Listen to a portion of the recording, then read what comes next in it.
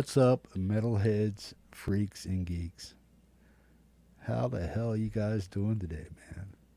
We got an awesome show for you today, man. We have an awesome performer for you tonight, man, by the name of Frank Terzo out of Canada, man.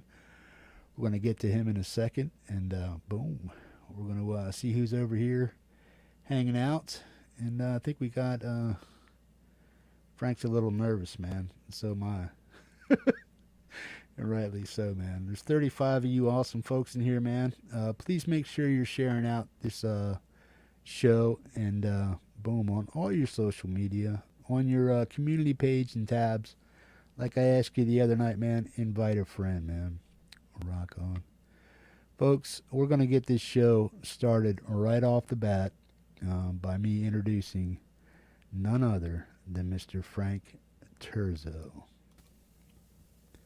Boom. Frank, take it away, bro. Numb.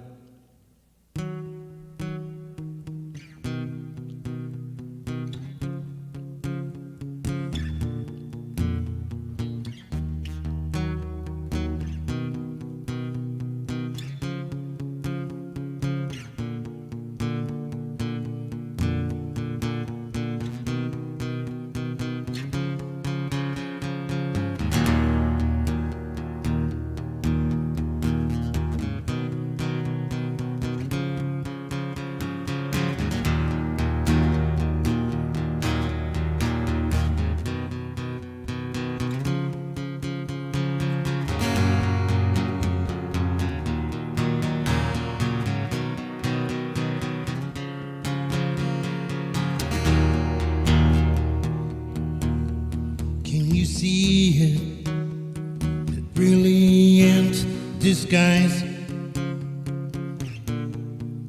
a chameleon, a shadow in the night. Can you feel it? Feel the pain inside, like a brewing storm. It overrides the mind.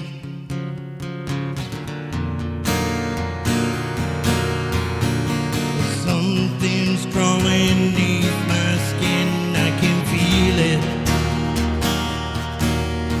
It's a fear I cannot bear. I close my eyes. Something's pushing me to fight, and I get so numb, so tired and weak. I just can't remember who I used to be. It's a good day when you're blessed to see the light. Just a little pill to help you through the night. Isolation, a normal way of life, sealed in fear and guilt. Numb becomes the norm.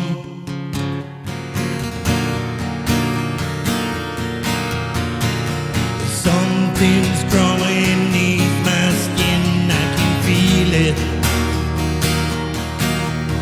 It's a fear I cannot bear.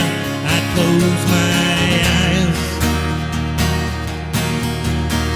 but something's pushing me to fight, and I get so numb, so tired and weak. I just can't remember who I used to be.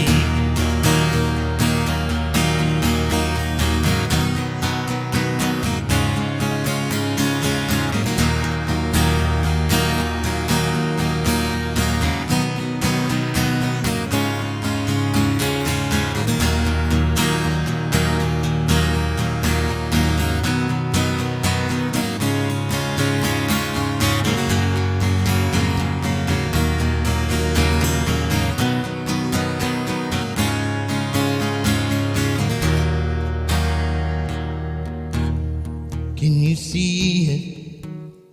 The brilliant disguise.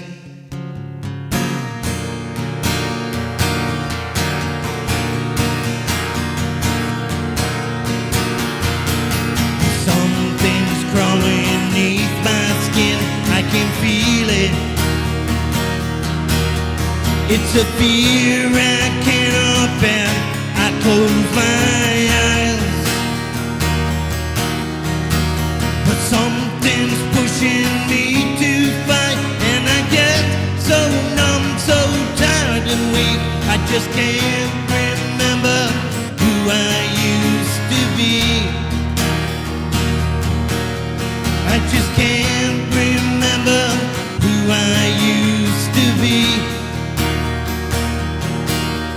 No, I can't remember who I used to be.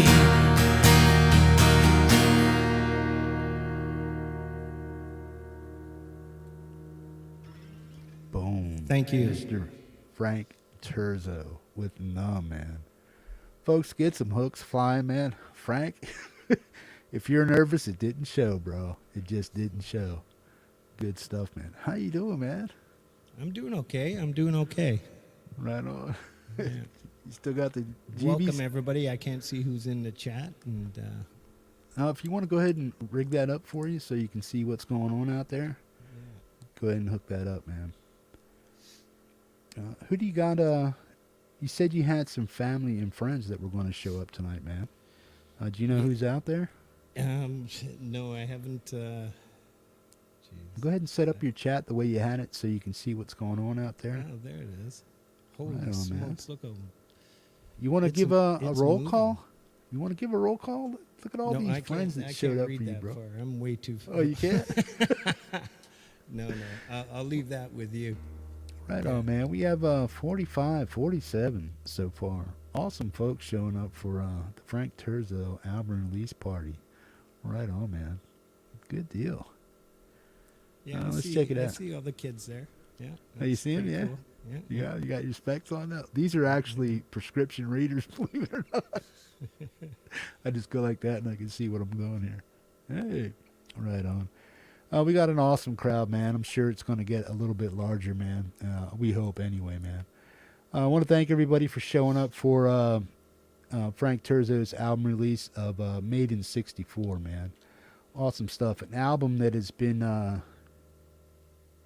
dare I say, decades in the making? Or quite a few years in the making? How long did it take you to put this album together, Frank? Well, that first song, this one I just played, Numb, was written back in 2006. Yep. Right on. You want to give us a little insight on the song? What it means to you? What it took you to get it done and get it written? Yeah, the song is pretty much is dedicated and it's written about people in recovery from mental health and addiction issues. Tried to capture the life of an addict and somebody suffering. And I wrote that. I came into recovery in 2006. It was actually New Year's Eve 2005. So, shortly thereafter, I had put down the guitar for probably a good 10 years. I had a nice little run and picked it back up. And, it was actually Shauna that bought me a guitar, and which is my wife. Hi, Shauna. And, I just started to put together some songs. I ended up getting my original Yamaha back from where I had it stored for so many years. My uncle took care of it and just started to write again, keep me busy. I had a lot to write about. So, why so long from start to finish? And what was some of the process of getting this album put together, man? Because it's a big celebration of your life, things that you've been through in the past 10, 15, 20 years. And you just brought it now to fruition and stuff, and you're bringing it out here to people in the metalhead hippie community. And as soon as it hits Bandcamp, the world, man, you're going to be out there, and people are going to be able to find your music, man. So how do you feel about that? And just lay down some of the process it took to get the album finished, and who was all involved in it, if you want to give any shout outs with that. Well, I've got the two magicians. I know they're in the chat. Steve-O, I believe that's Steve Sherman. Oh, is that who that is? I was wondering who that I was. believe so. I did see Steve-O. And, Yeah, right on. and Clea McCaffrey. My songs wouldn't be these songs without them. I'll create a demo, lay it all down in these. I've got a Zoom R16 and my Tascam recorder, and when it sounds and feels right, I call both Steve and Clea, and Steve has a nice little setup, nice professional studio setup, and Right on. he's magic. He'll do the guitars, the electric, the leads, and the keyboards, whatever's required, the drums. He's a multi-talented musician. And we all know what Clea can do. Right on. Good deal. Hey, is anybody over there, check our levels, man. How do Frank and I, are we coming across? Always check your levels before you check our levels. Right on. Let us know how we're coming across. If we're loud and proud, 5x5. If we need to come up or down, man, let us know. Put a 1 in the chat if we're sounding great. Put a 2 in the chat if you think we're a little low. Just let us know. Right on. Shout us out, man. Let us know what you're hearing. We need to hear.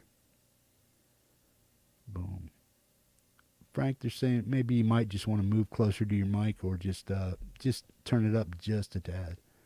Yeah, I'm not going to mess with it. It's probably me sitting about 10 inches away from it. Is that better, Het? Yeah. Hang on a second.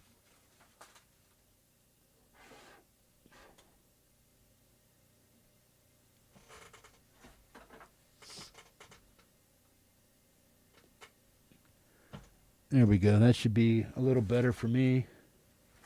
But we definitely didn't want to come across booming to you folks today, man. So, right on. Oh, yeah. I'll have a couple songs that I'll be screaming. Yeah. So how does this sound now? Because I came up to where I normally am. So, right on. Sorry about that, folks. Let me know how we're coming across, and so we can get on with the show and give you guys some awesome live entertainment here. Frank's going to do 5 of his songs live, and we're going to watch a few videos of released songs from the album, man. Boom. Frank, you want to give him a little vocal check, man? Yeah, I think I saw in the chat when I moved up closer, it's... Got a little better? Yeah. Right on. I'm right on All top right. of it now. Right on. Good deal. So, do you want to touch on your recovery and how that brought about some of the music that you write about and sing about, what's near and dear to your heart? Yeah, absolutely. I came in, like I said, into recovery in January 1st, 2006. And Congratulations, man. yeah, met a few fine folks after weeks of being in detox. I went for a little walk, ran into this place called Oasis Addiction Recovery Society. It was just a little cafe hangout place that had a piano in it. I thought, this is brilliant. And couches, slimy couches. But I went in there, and the founder, Takis, who's left us a couple years ago, he was also my sponsor. And went in there. He took me under his wing and ended up getting a job there as a job developer, helping people like myself get back to work. He saw something in me, and I haven't looked back since. So now I'm still at Oasis, and I run the employment program. Right on. Half the staff, I think, is in the chats there. And Right on. yeah, they do amazing work. And yeah, and pretty much most of us out there working there are survivors. And Right on. so it kind of makes the clients feel at ease, because when we say we get it, not Get it. because we Right wrote on. a thesis on it, or, you know, we get it. Exactly. We lived it. Good deal. So, you have this is your second album, correct?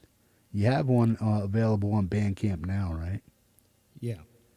You And forced me. What's it called? COVID era. COVID era, right Yeah. on. Right At the on. beginning of COVID is when I started to produce some of these songs, bring them to life Right out on. of the basement. And yeah. So, how long have you been actually working on this album right here, Made in '64? Because I know you said you had some songs that were decades old that you were working on, or quite a few years old. How does that work?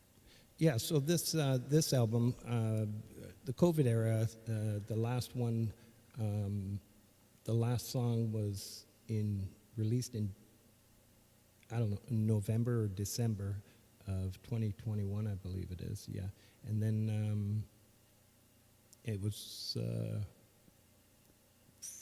took about 6 months to put together a few tracks and go back and play a couple in front of Steve. And he liked what he heard, and we started with the Numb, because he felt there was something there that he was feeling, and we decided to make that the first song of this album. So that was back in July, and the plans were to do a song per month or every few weeks, and we achieved it for the most part. Ran into a little personal matters in November and December. Right on. Yeah. So, okay, so we have this album here. Let's talk about Little Frank.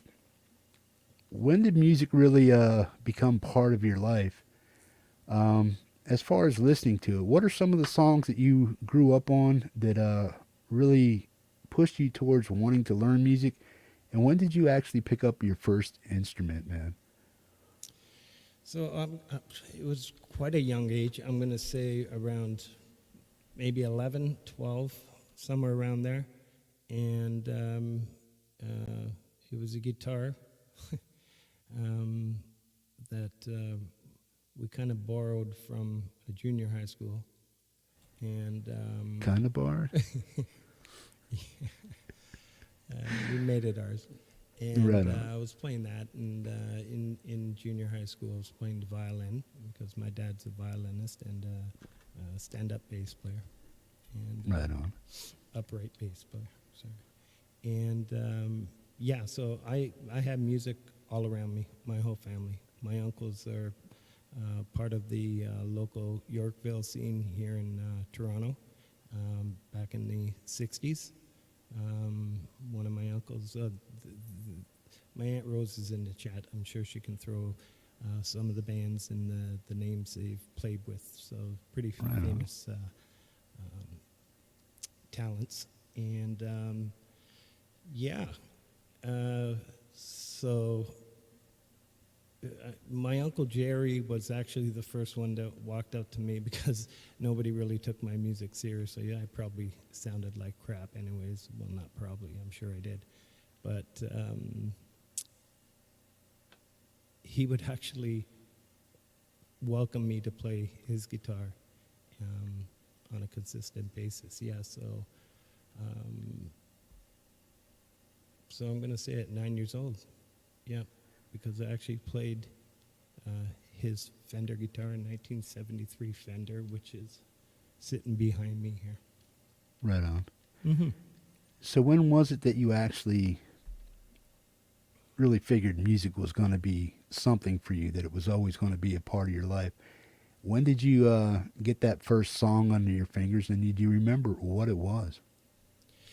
Yeah, it was a song called Saturday Night.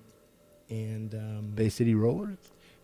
no, it was there was a time where I think 4 or 5 bands had a song called Saturday Night, so Right, I felt like I needed one. So, and I can't remember it all, but Oh, so it was your own it song, was Saturday from- Night. yeah, right from get-go. The only song I could play of anybody else's is I'm sure most of you out there similar. The first song I played was "Smoke on the Water," and didn't even play that well. And, and so I couldn't play anybody else's songs, but I did learn "My Ding-a-Ling" from Chuck My Berry. Ding- It was Yeah, actually right. my mom's favorite song, and once she figured out I played it pretty well, she had me playing it in front of friends and relatives, and yeah, Right it on. was, I'd have to say Chuck Berry, "My Ding-a-Ling" was the first song I ever played on guitar. Right on. And from there on, I just started to write. I paid less attention to try to learn others, and I think it was probably to do with self-esteem. I didn't feel like I was playing it right, and especially comparing to my older brothers, which are all musicians, and as I mentioned, my uncles and my father. And so I just started to write my own, right? It's original. What can they say? I can't be playing it wrong. Right on. What about teenage angst and stuff like that? Were you in a band? What was your very first song you ever written to completion and played for somebody? And when or if were you ever in a band as a teenager or throughout life? If there's any milestones there that you want to talk about. There is. I mean, we played a lot of it. Back in the day, in the early '70s, it was all garage bands, and there was kids throughout in our neighborhood. We would just get together and jam. Nothing serious. It was all half songs or quarter of songs. We'd start and then move on to the next one, and I'd play a couple originals. Those ones we would do from start to finish. Half of them I can't remember. I actually had a library of about over 400 songs, but during my run, they got lost somewhere. And Right on. yeah, Yeah, I know how that feels, man. Losing a lot of your mementos and stuff that meant a lot to you as you were growing up, and some of the stuff you hoarded, it just gets lost or thrown away, through addiction and stuff like that. You just lose track of stuff you don't want to, you don't mean to, but it just happens, man. Yeah. So, when was your first paid gig? Did you ever have one? no. Coffee shop, bar room, bar mitzvahs, weddings, anything Well, like that? if you're saying bars, I mean, I'm a bar fly. Was a Yeah. bar fly, so I didn't get paid for it, but I certainly drank. Right on. No, I would just get up. I would get called up, and the 3 songs that I was famous for singing was, again, "My Ding-a-Ling," My Ding-a-Ling. "Rocky Mountain Way," Joe and Walsh, yeah. my "Squeeze Box" by The Who. And yeah, I pretty much had those ones figured out, and that was a lot of fun. There was some field parties in Markham, but I was so smashed. I can't even remember the dates or anything like that. It was, yeah. Right on. Mhm. So all through your adolescence up until preteens and stuff, you always had family support for music, I'm guessing, right? Yeah. Right on. So who was your biggest supporter? Well, as I mentioned, my Uncle Jerry, I talk of and think of him often, and he's the one that told me that I can be anything I want to be as a kid, and I took that to heart. So, geez, I lost track. I'm sorry. Oh, it's all right. No, your Uncle Jerry or your Yeah. uncle said you can be anything you wanted to be Yeah, throughout life. yeah. I just my uncle Sebastian had a band called Lords of London. They did reach the #1 charts, Chum charts, and with cornflakes and ice cream, I think it was. pretty cool band. Yeah. Right on. Mm-hmm. Now, the intro song here that we played, Numb, when we were talking the other night and stuff, you were saying it was a very simple song to play on guitar, man, and you were saying only 2 fingers were needed to play the song. I thought that was kind of because of the way it goes up and down and the rhythm of the song, I thought that was pretty, you have to teach me, man, because I might be trying to sing a Frank Terzo song here online or something. You know what I mean? But tell people, how you put it together and just how simple the riff is and stuff for people to maybe learn if they want to. I mean, to get a feel when I'm writing, I need the openness of strings, whatever it is. I just slide my fingers up and down, and that's when I mentioned typically 2 fingers, and I'll try to get that feel wherever it is on the fret. And as soon as I get that feel, I'll start to fill it in with chords. But some of the songs that I write, such as that one, I just keep it with the 2 fingers.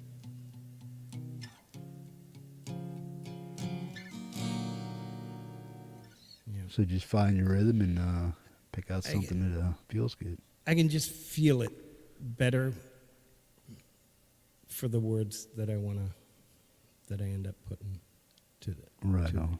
Mm-hmm. So we have a few videos here we want to play that you put out, and they are part of the album and stuff like that. Have you released the album yet on Bandcamp? You know what? I forgot to hit the publish. I was waiting for you. Yeah, goof. I am a goof because Folk Punk, about 20 minutes before the show, he reminded me to. I said, okay, I'll get right on it. Yeah. Right on. I'll tell you what. I'll reach over and do it now. Here's what we do, man. I'm going to play a video, and you go behind the scenes over there, and you do your thing. And, folks, we're going to throw and make sure you copy and paste the actual live link of your stuff. Put it over here in the private chat of, never mind. I'll hunt it down myself. But go ahead and publish your album and stuff, and we'll see what happens during the show. See if anybody goes over there and actually purchases it. Folks, if you have the ability to purchase Frank's album, if you're inclined to do so, please help the guy out if you want. And but one day next week sometimes, I'm going to be giving away a few of Frank's albums. He's going to drop me a few codes once he figures that out. We're going to give those away, and then I'm going to give away with a couple T-shirts this month to the community a few more albums of Frank's and stuff like that. We were running behind on getting some of the Bandcamp stuff together, so please forgive me on that, and we'll figure that out here by the beginning of next week, man. Frank, we have Drawn to a Rainbow. Do you want to give people a little insight on that? Yeah, I mean, to me, the rainbow is the symbol of hope, peace, prosperity. With all the shit going on in this world, the rainbow is what gives us hope, and I believe there is hope. Right on. Mm-hmm. Right. Folks, here we go. We're going to do Rainbow. This is a video from Frank Terzo, made in '64. It's called Drawn to a Rainbow. Let's check it out.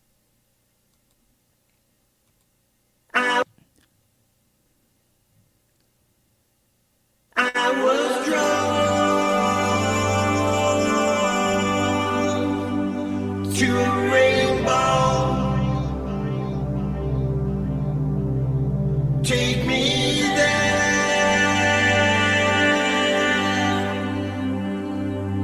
to the miracle.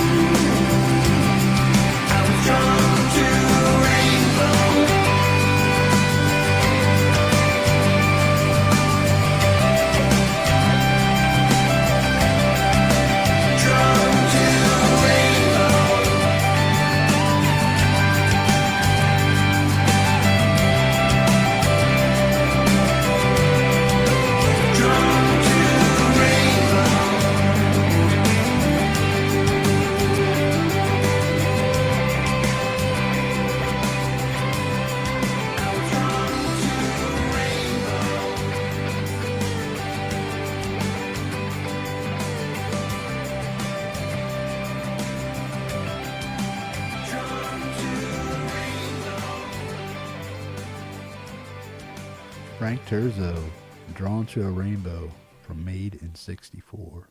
Awesome stuff, man. Boom. Yeah, you see what I mean by the magic of Clea Right with on. those vocals. Those harmonies on, are just incredible. And Steve's lead. Right on. Good stuff, man. So you had who has credits on that song? So it's pretty much all the songs are going to consist of myself, Steve, and Clea. Right on. Good Mhm. deal. And Steve's your buddy. He's like a producer, editor, Yeah, I met Steve. post-production guy. He's a friend of my uncle Sebastian's, and from the first song that I ever released, which was "Rise," my uncle heard it and said, "You gotta see Steve on this one." And Clea and I pre-recorded it here in the basement, and sounded pretty good. We brought it over. I was introduced to Steve, and we took it from there. So what plans do you have, if any, to go out and perform this album live somewhere? Do you have that? Maybe a sobriety function of some sort, man. You know, That's or exactly. something like. That's what we're actually working on right now. We're trying to put together a band and No. To do a fundraiser. Awesome stuff. Yeah, raise some Good money deal. for What are you mental gonna health and raise addiction. that for Oasis and stuff? For mental health and addictions. Yeah, absolutely. Tell the folks where they can find, and it's on your main page, but you have a link for a place where people can donate to a specific cause on your channel. You want to talk about some of those? Yeah, so Oasis Addiction Recovery Society is a not-for-profit agency. And obviously helping clients, it's not a treatment center, but it helps clients from when they get out of treatment. Takis Liris, the founder of Oasis, was a genius.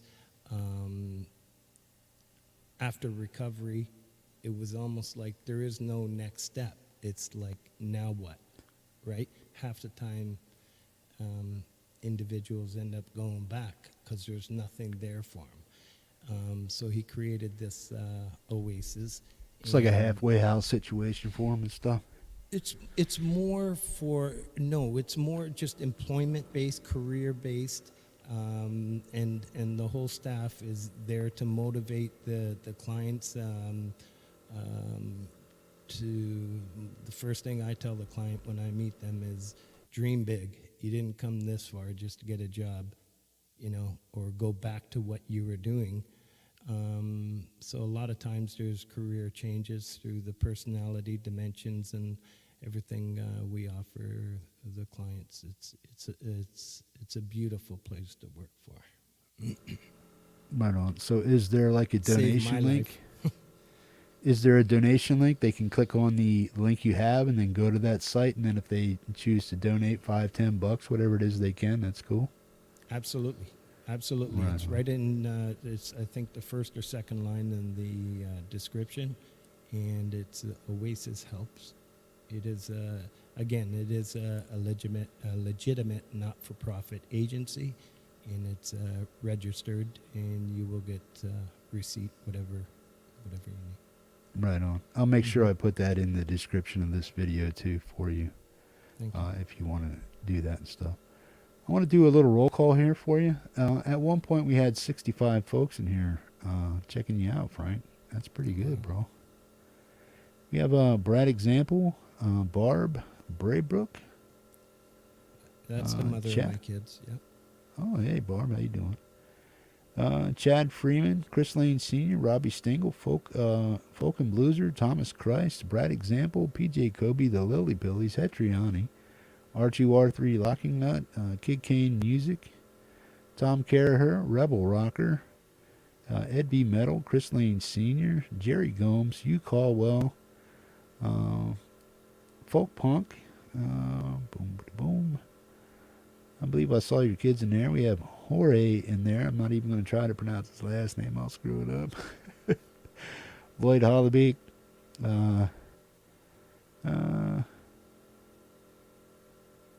Decium. Jorge. We'll just call you that. Just see him. PJ Kobe. Who else we got? Come on out and say hi, folks.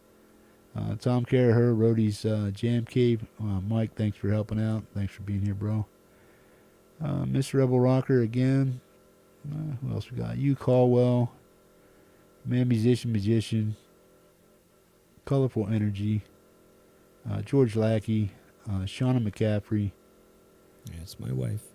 Hey, Shauna, how you doing? Hell of a guy you got here. Good deal. Clea McCaffrey. Right on. It's Shauna's daughter. Right on. Who else we got? Brian Landreth and Chris Durham. I think we got just about as many as I could see for whoever's here. We have Erica Keynes. Hey, Erica. Good deal. Boom. Who are some of these folks here supporting you today? Frank, you want to shout them out? Yeah, there's a lot of friend and family out there. I can see them. And my son, Anthony, my daughter, Antonia. Obviously, everybody knows Clea. Right on. Yeah, Erica, Brigitte's out there. I'm trying to focus in, but... Leonardo Grande, do you know that individual? Leonardo. Welcome, Yeah. Leonardo. Anyway, Gary Hubbs is out there. Anthony Terzo, I believe that's your son, correct? Mm-hmm. Good deal, man. Boom. Is there anything you want to talk about that I haven't asked you yet? No, but we're doing pretty good on covering of quite a few topics. Yeah. Yeah. Like, shut up, hippie. You do all the work, man. Right on, man. So, give us a little introduction about how long you've been here on the Metalhead Hippie Show, how you actually found it, some of the stuff you've been involved with since you've been here, and then after that, we'll get right back into listening to a few of your videos, and then you're going to perform live for us again here during the show, man. Folks, we got a hell of a show lined up for you. We've got 10 awesome jams, 5 videos, and 5 live songs. So stick around, man. Frank's going to entertain us here in a little bit, man. Rock on. Yeah, I want to show off my folk punk shirt. How do you like it? I like. You got a this folk one punk because- shirt? Yeah. It covers. I love the crest. Actually, covers the belly. Yeah, I it look kind of pretty slim and camouflages you, trim. right? Folk punk, I need a bigger print on mine, bro. Right on. Yeah. Oh, Derek Swain's here too, man. Good deal. Hey, Derek. Right on. Awesome stuff. Josh Harris is here too, man. Welcome, Josh. Michael Thompson. If I missed you folks, come out and say hi so I can see you on the screen and give you a shout out. What the hell was I asking you to do? I forgot. Me too. We're both the same age, ain't we? Yeah. Yeah. Pushing 59 in a couple of weeks, I guess. Yeah. Right. That's the issue, folks. Yeah. Old, used and abused, hung up wet, and still ain't dried out yet. You know what I mean? Good deal. Oh, yeah. Yeah, I do. How did you get remember. involved in the community here? How'd you find the show? What did it mean to find a community like this during this idiot time that we're going through on the planet? And tell us how you're working within the community to stay active, making music, keeping the hopes and dreams alive of you doing more music. And maybe I know you did a few collabs or 1 or 2 collabs with folks. Do you want to let people know what's out there in that area? How you found it, who you worked with, and where you hope to go with the community here. Well, I call him the godfather of YouTube, and that's Pete Johns. Yeah, I was, I don't remember, I guess it was the end of 2020, sometime in December. And it was actually, a week before New Year's Eve. And I would always go to his channel to learn try to get some new equipment and stuff like that, and I ended up giving it all up. I can't. I'm not so tech savvy, so let's just say that. So I went back to my old way of recording. But anyways, one of his shows, he said, submit your song. And I thought, honestly, yeah, whatever. He's never going to play this song. So I sent it to him, and he played it. He played it on New Year's Eve. I think it would have been in Australia. But that's what introduced me to the community, and I was just in awe from the response that I was getting. Shortly thereafter, I met you, and through Pete sharing out the other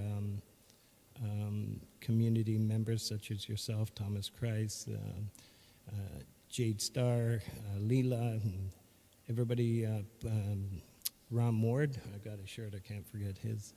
And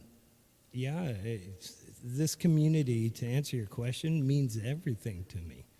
I think everybody, there's not one person that, everybody's just so, it's a family. It truly is. And the support that I receive, and I know I work hard on giving back the same support to all. It's actually part of my regiment 3 times a day, in the morning, midday, in the evening. I try to catch up on I'm going to say everybody's music. I'm sure the wife's happy because it keeps me out of her hair. So, right on. But yeah, this community means everything to me. Yeah. Right on. Who have you worked with so far? I know you have what's it called, Ninth Gate or something like that. Yeah, Talk about talent. Right on. Gary Hubbs, Mr. Smith, and Hetriani. That was the most exciting out of everything I've done. And rock and roll. Yeah, it was obviously different from what everybody was hearing that I was writing, and there is a funny story attached to it before I get to Gary Hubbs. I said one day I'm going to be on the Mom Show. Right on. And you typed in, oh, you mean what was the other show where it's the live show? I'm Whale getting Show? them confused. The Whale. Oh, you mean the Whale Show? Yeah. I just thought, okay, that's a good challenge. I'm going to come up with a metal song. I got to dig up an old metal song. And I found one, and I called, it was actually Mr. Smith and we tried to do it for the September, I forgot what they call it. But we didn't. Songtember? Songtember. And it didn't work out. And then I'm not sure if I approached Gary or Gary approached me, and between talking with myself, Mr. Smith, and Hetriani, Gary took the reins, and he spiced it up, and voila. That was just so amazing. All I had to do was show up with a microphone. These guys are brilliant. Right on. And you said you were doing some incognito stuff, or you were trying to like hide yourself or shield yourself or in some way the other day? Yeah, I mean, I have an old channel that back in 2006 and 2007, I don't even know how to delete this stuff, but the only person that's got access to it is Gary Hubbs. So we're going to play around with some of those old tracks, and if we can make something of it, we do. Right on. If not, Cool, they'll man. just stay there. Good deal, man. We got a song up here called Somebody Else, man. You want to give us a little insight in that on the video? Yeah. I had a hard time before I talk about the song trying to figure out. I got stuck with the video. I didn't know what to do for it. I spoke to Folk Punk, and he gave me some pretty good ideas. And then we came up with the theater masks, which indicates the ups and downs in life. And the song's pretty much about codependency and relationships, and the meaning of insanity, trying the same thing twice and expecting a different result, right? So, yeah. Right on. So let's give this a listen, man. It's Frank Terzo off the album Made in '64. It's called Somebody Else, man. Frank Terzo. Wrote a letter to myself with my own regards, sealed and sent it through FedEx Express, my return address. I walked myself back to my home, soul searching one-on-one alone. Sat up late and chuckled all night long, had myself a ball. Woke up smiling, sun lit up my room, got myself all dressed, walked into the corner breakfast bar, sports news in hand, ordered up some bacon, eggs and beans, filled my belly, finished up my tea, set my sights on a brand new day to keep her off my mind. It's when I'm with you, I'm not me, I'm somebody else.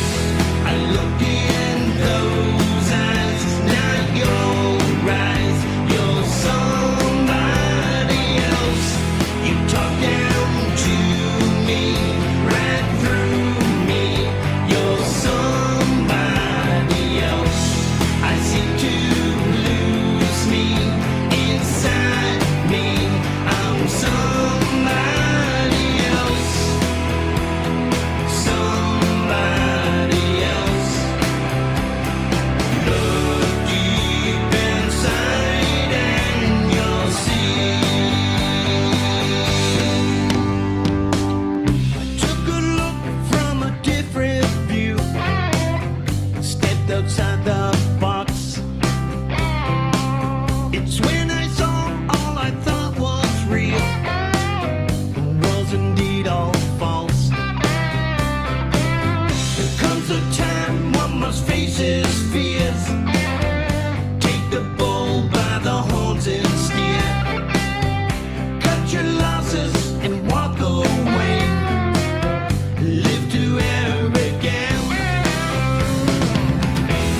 It's when I'm with you, I'm not me, I'm somebody else. I look in those eyes, not your eyes, you're somebody else. You talk down to me, right through me, you're somebody else. I seem to lose me inside me, I'm somebody else, somebody else. Look deep inside and you'll see. She came back knocking at my door, knowing very well. She said she's sorry, said she's cleared her mind. I took her in once more. Teach a child not to touch the flame, to look both ways when you cross the road. But here I am in my adult life, still the same results. It's when I'm with you, I'm not me, I'm somebody else. I look in those eyes, not your eyes, you're somebody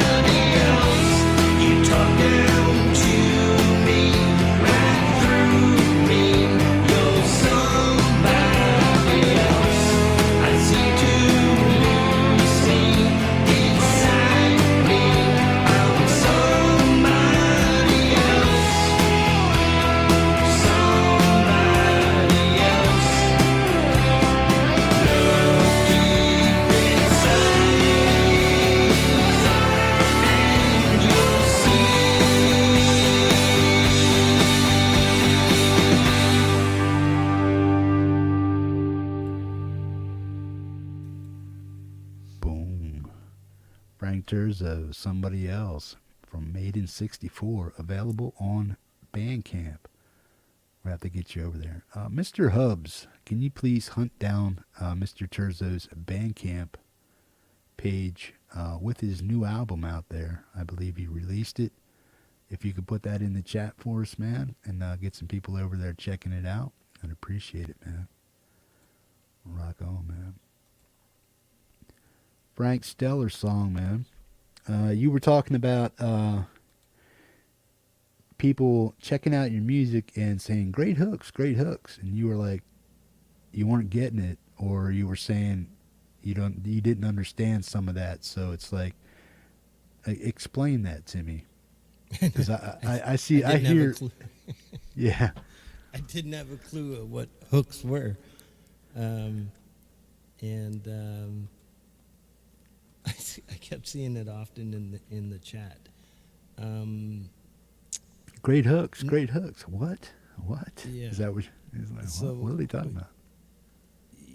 Yeah, I guess it's the build up to the chorus or the chorus. Yeah. Whatever it is, I'm gonna stick with it. And yeah, I just appreciate all the comments and support that I get. Yeah, and believe me, I'm a student. I'm learning as we go. It's Right just on. me, my guitar, and a piece of paper and a pen, and Yeah. everything else is coming together on its own. So Well, we're always our own worst critics, man. But do you realize how much people love and adore your music over here? I mean, are you starting to see it? I mean, it has zero to do with ego, man, or ego. It's just true love for your music, and people feel it, they hear it, they understand it. They have to listen to it maybe one or two times. People in addiction and recovery and suffering with mental health, they maybe understand a lot of the lyrics in there, and they get it, man. For those who don't really get your music, what do you want them to really pick up on in your songs? Because are they all driven from are they driven from life experience or emotional baggage due to addiction, relationships, this and that, and you're trying to uplift people's spirits by telling them a story of this is what addiction is, this is what it's done to me.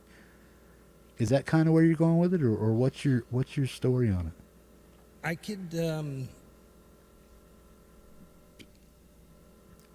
could pick a topic and write a song about it. Obviously, I'm going to say I'm blessed to have gone through what I have gone through, what I have seen.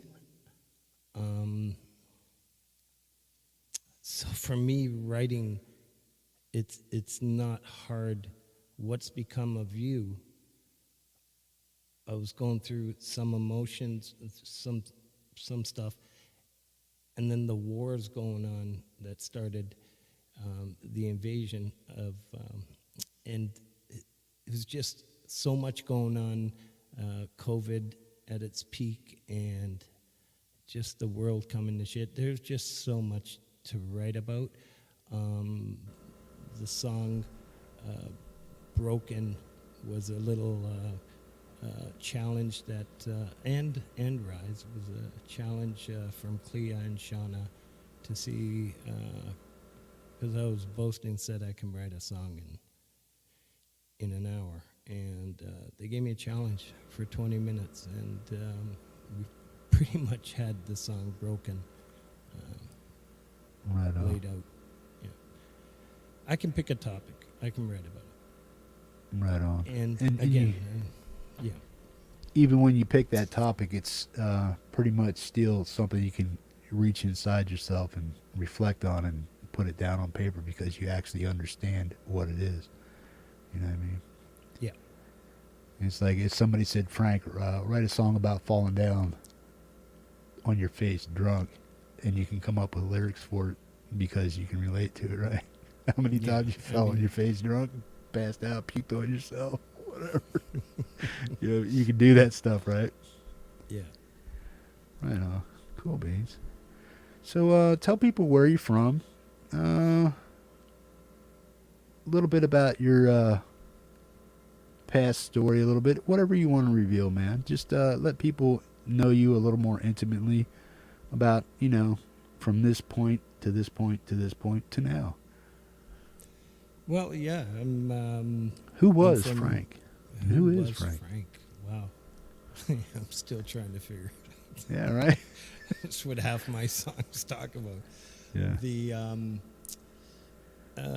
well, I'm from Toronto, Ontario, Canada, and Born and raised, always born in Canada? born and raised. Quite a good chunk of my life it was we spent up north. Um, my father was a custodian, so he had a lot of the summers off. So we were up in the Muskokas. We spent a lot of years there, and yeah. Is that like a family retreat kind of thing? Well, the Muskokas, yeah, I guess you wouldn't know. I should be more clear. No, you know. It's the northern part of Ontario. It's absolutely gorgeous. It's probably,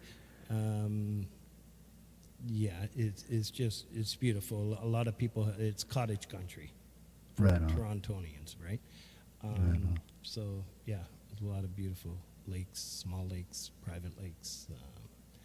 Yeah, we had a pretty good upbringing. And I'm the youngest boy of, there's 6 of us in the family. I'm the youngest boy, and then came my sister.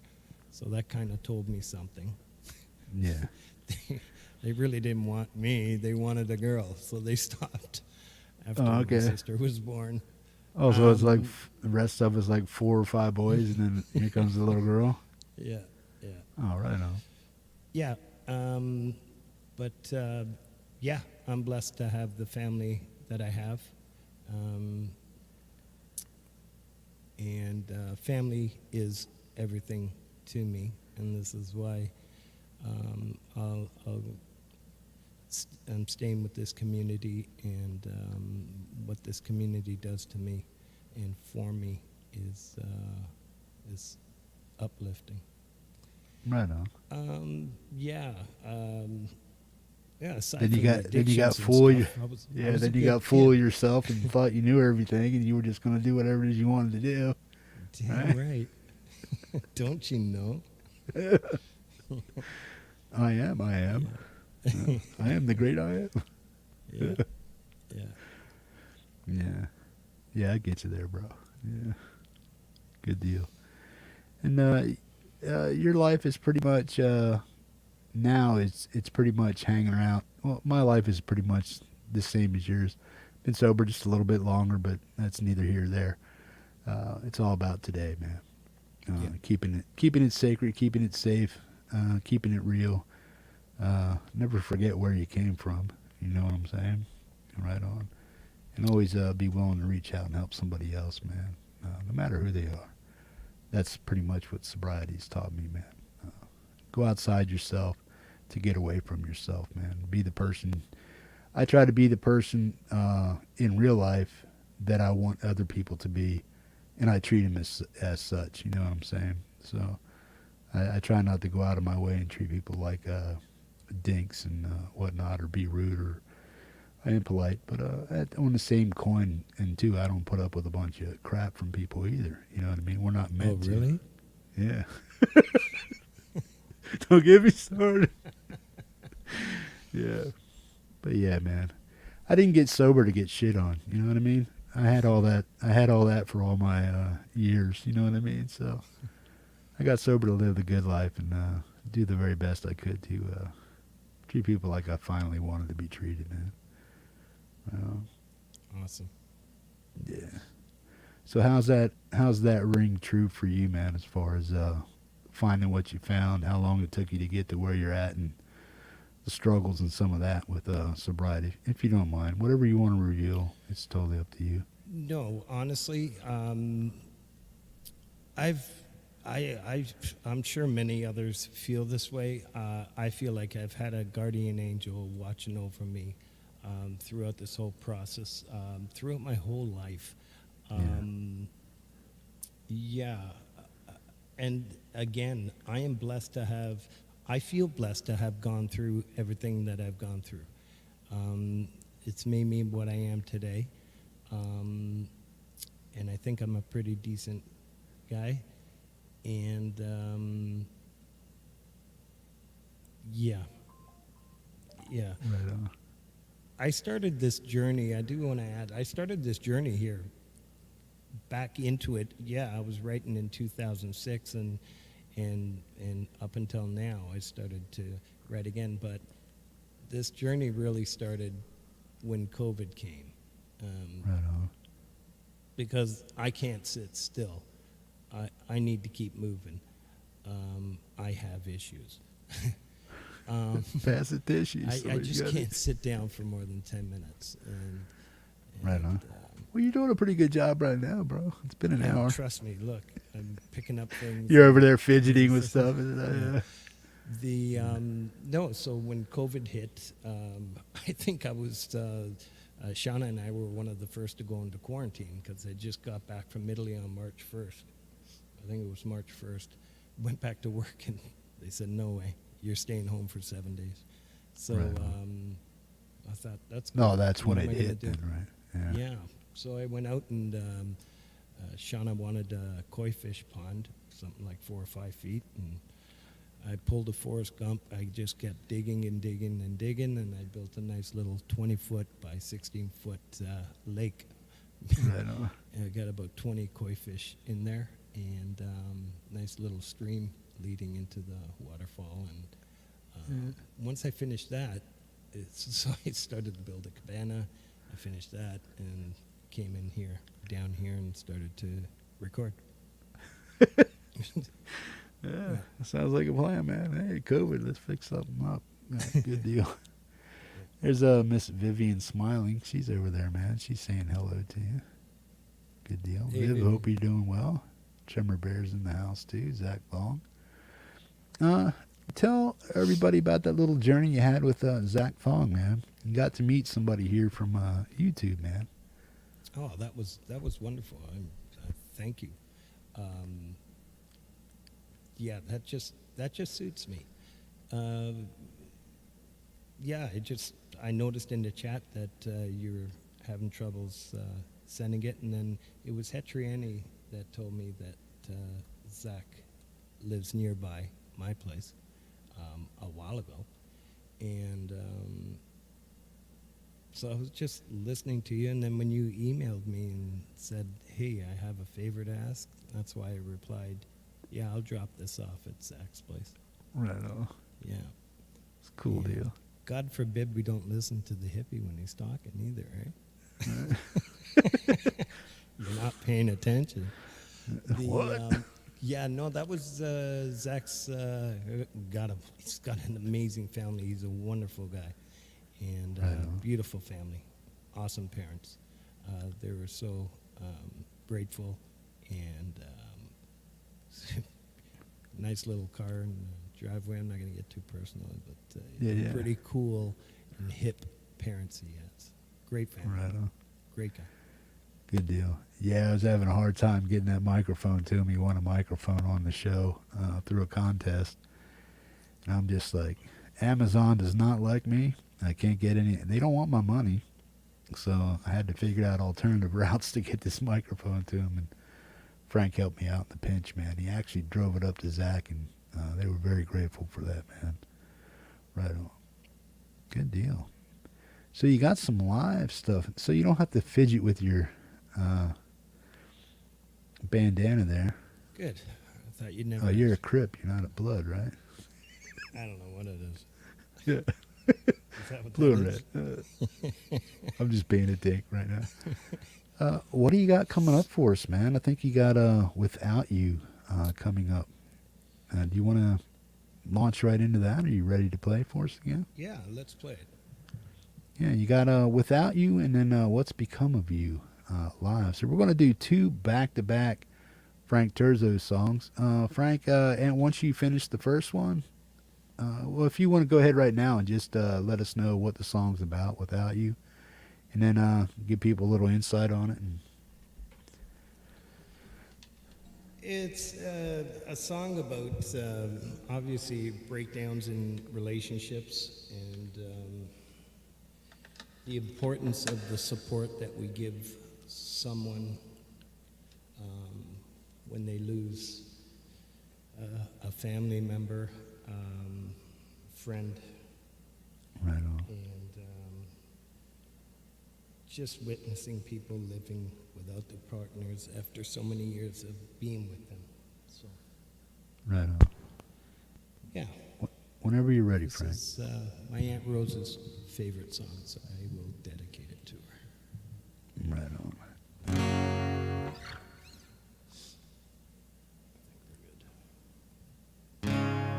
Without you.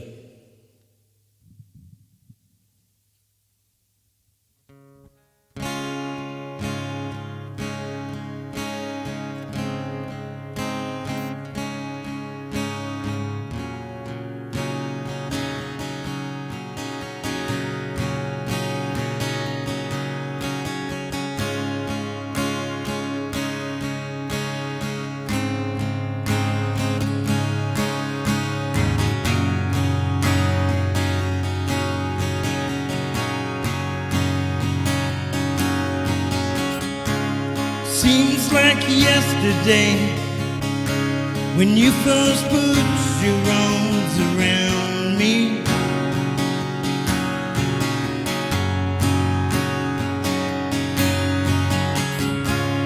Roller coaster rides the night, Ferris wheels set the mood so right.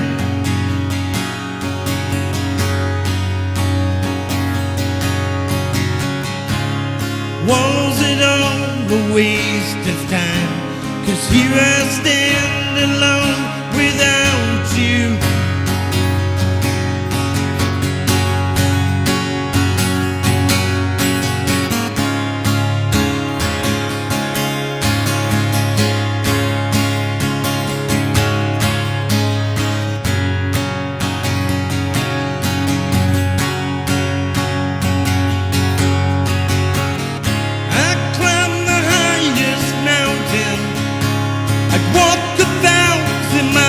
To be with you.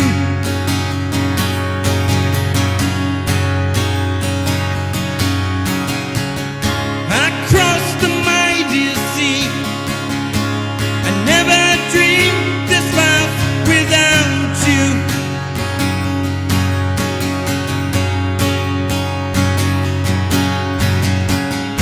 I'd lay the tracks and build the train. I'd do you asked me to.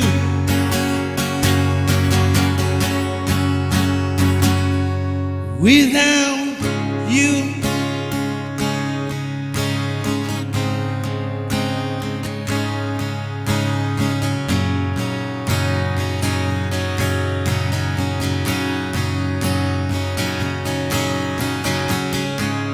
holding on to what once was.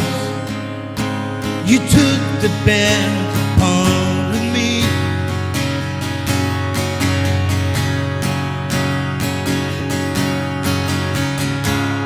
Still I wonder what went wrong.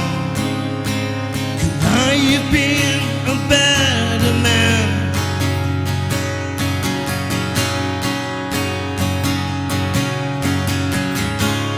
Thoughts keep going through my head as I sit alone in darkness.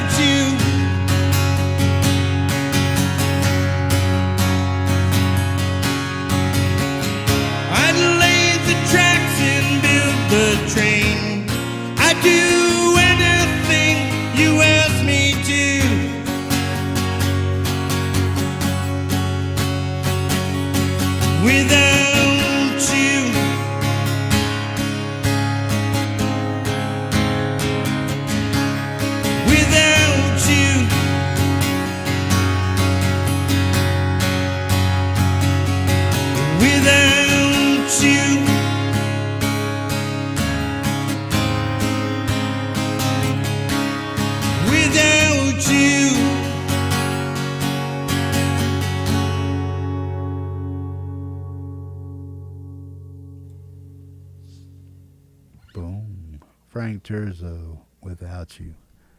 Awesome stuff, bro. Thank you. Good Thank deal. you. Right on. We're getting a little dropout static or a little stuttering and stuff. I don't know if it's from Wi-Fi or what, but yeah. Mm. But it still came across good, man. We got you. We got you covered, man. Yeah, we've Good been deal. having trouble with the internet in this area here. Oh yeah. Yeah, it's no worries, man. It's still coming across very well. Good deal. Slaves to the internet, man. We got to deal with what we got to deal with, man. Frank, the love and the kudos over there for you are just like way off the charts, man. Good deal, man. Yeah, thank you, everybody.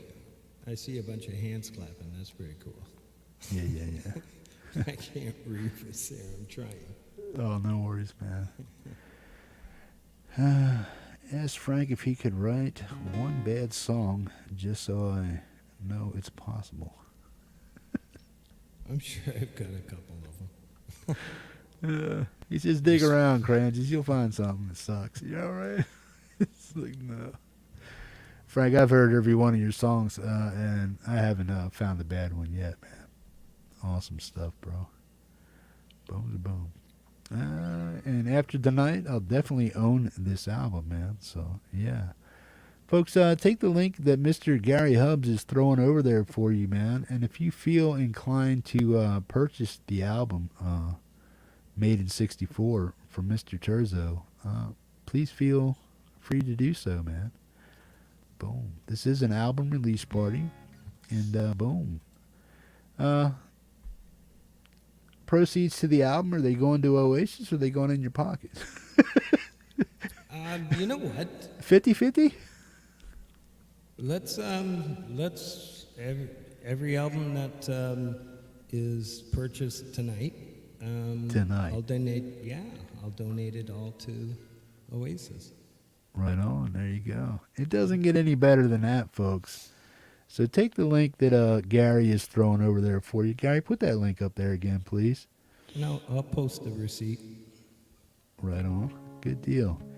Anybody that buys an album right now, you'll be helping men and women in addiction find a better footing in life by getting retrained, retaught how to live life, learn better coping skills and mechanisms and stuff, to give them the courage to go out and face the world again and kick its ass, man. So, yeah, man, that's what Frank's going to do. He's going to donate all the proceeds from every album that's purchased tonight. So take the link, right-click on it, go over and offer up a purchase of that album, man, because it's all going to a great place, man. It's going to help people get back on their feet. You know, every little bit helps, man, no matter what it is. Right on. How much is the album? I just kept it at the minimum that they suggested, $1 a song, I think it is. Yeah. $1 a song. So there's 10 tracks. So, folks, if you want to give up $10 for Frank, he's going to donate all that cash to his friends at the Oasis Center, man. It's going to help people get back on their feet, learn new job skills, retrain them, get them thinking differently about life and stuff like that. And it's just going to help them get back on their feet and, you know, hopefully find a new career or get retrained in something they forgot about because of addiction and stuff like that, man. They saved my life. Right on. Good deal. And if you can give more, man. Right on. I believe that option's available too, right? Yeah. Give what you want? Yeah. Yeah. $10 or more, basically, is what they usually do. And if you have a few extra bucks, it's cool, man. It's going to do a good cause. So, folks, rush right over there after the show. Purchase that album, and when it comes 12 o'clock midnight over there on in Canada, boom, he's going to tally it up for us and let us know how charitable this community really is. So help him out, man. Right on. Frank's going to also give away a few albums in a day or two once he figures out. He's new to Bandcamp like a lot of folks here. So he needs a little help figuring out how to do certain things. And once he figures that out, he's going to give me some codes for some free albums. And then I'm also going to give away a few albums of his on the next giveaway I do. So, yeah, man. A lot of good things are happening over here on the Metalhead Hippie channel, and Frank Terzo is one of those. Right on. Bro, what do you got up next for us? I believe it's called What's Become of You. Yeah, I think I gave it a little, described it a bit earlier. It was just the beginning of the invasion of Ukraine, and the peak of the COVID, and the decline in the economy, just things going to shit, and then just watching people suffer out there. Yeah. Yeah. Right on. Have at it, man. Frank Terzo, What's Become of You?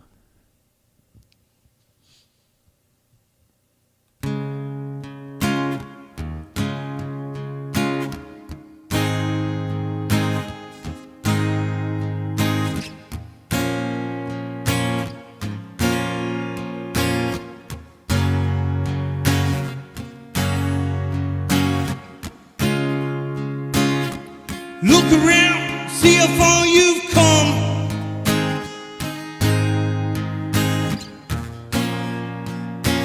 In a world where the vultures roam,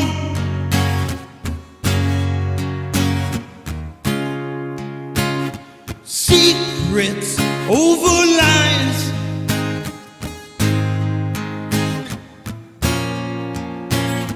truths will someday rise.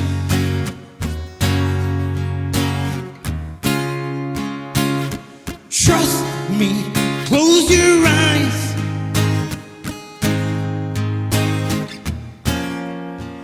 Put aside your hate and grief.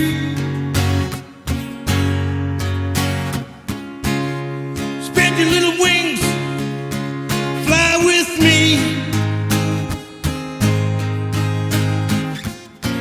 Let the power of the winds set you free.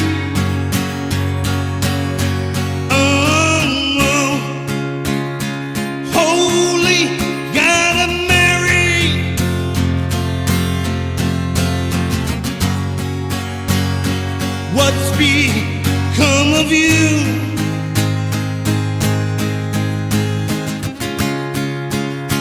In a world where it's dark and it's scary,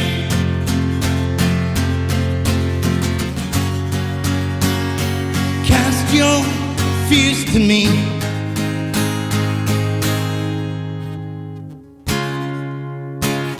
Saw you there sitting in the rain.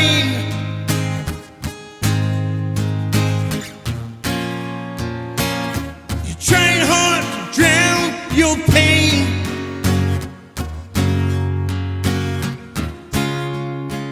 but you forge it with a smile.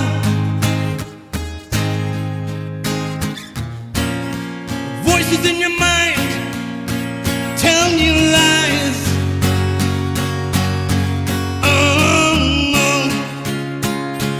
Holy gotta marry.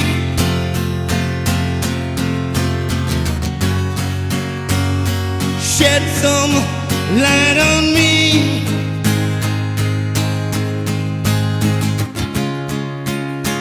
While the guns and the fires are blazing,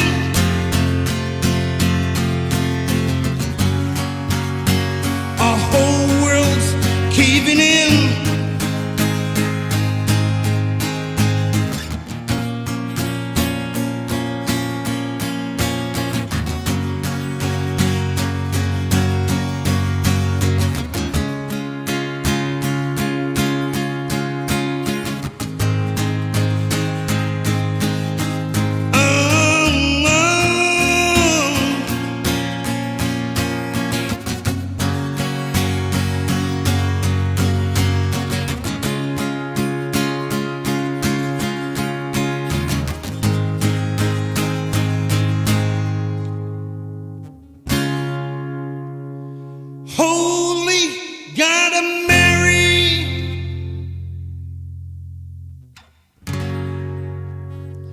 What's become of you?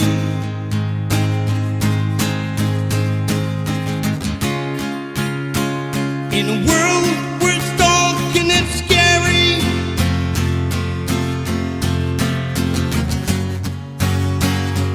cast your fears to me.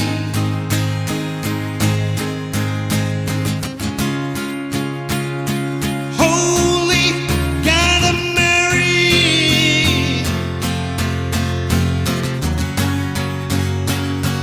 what's become of you?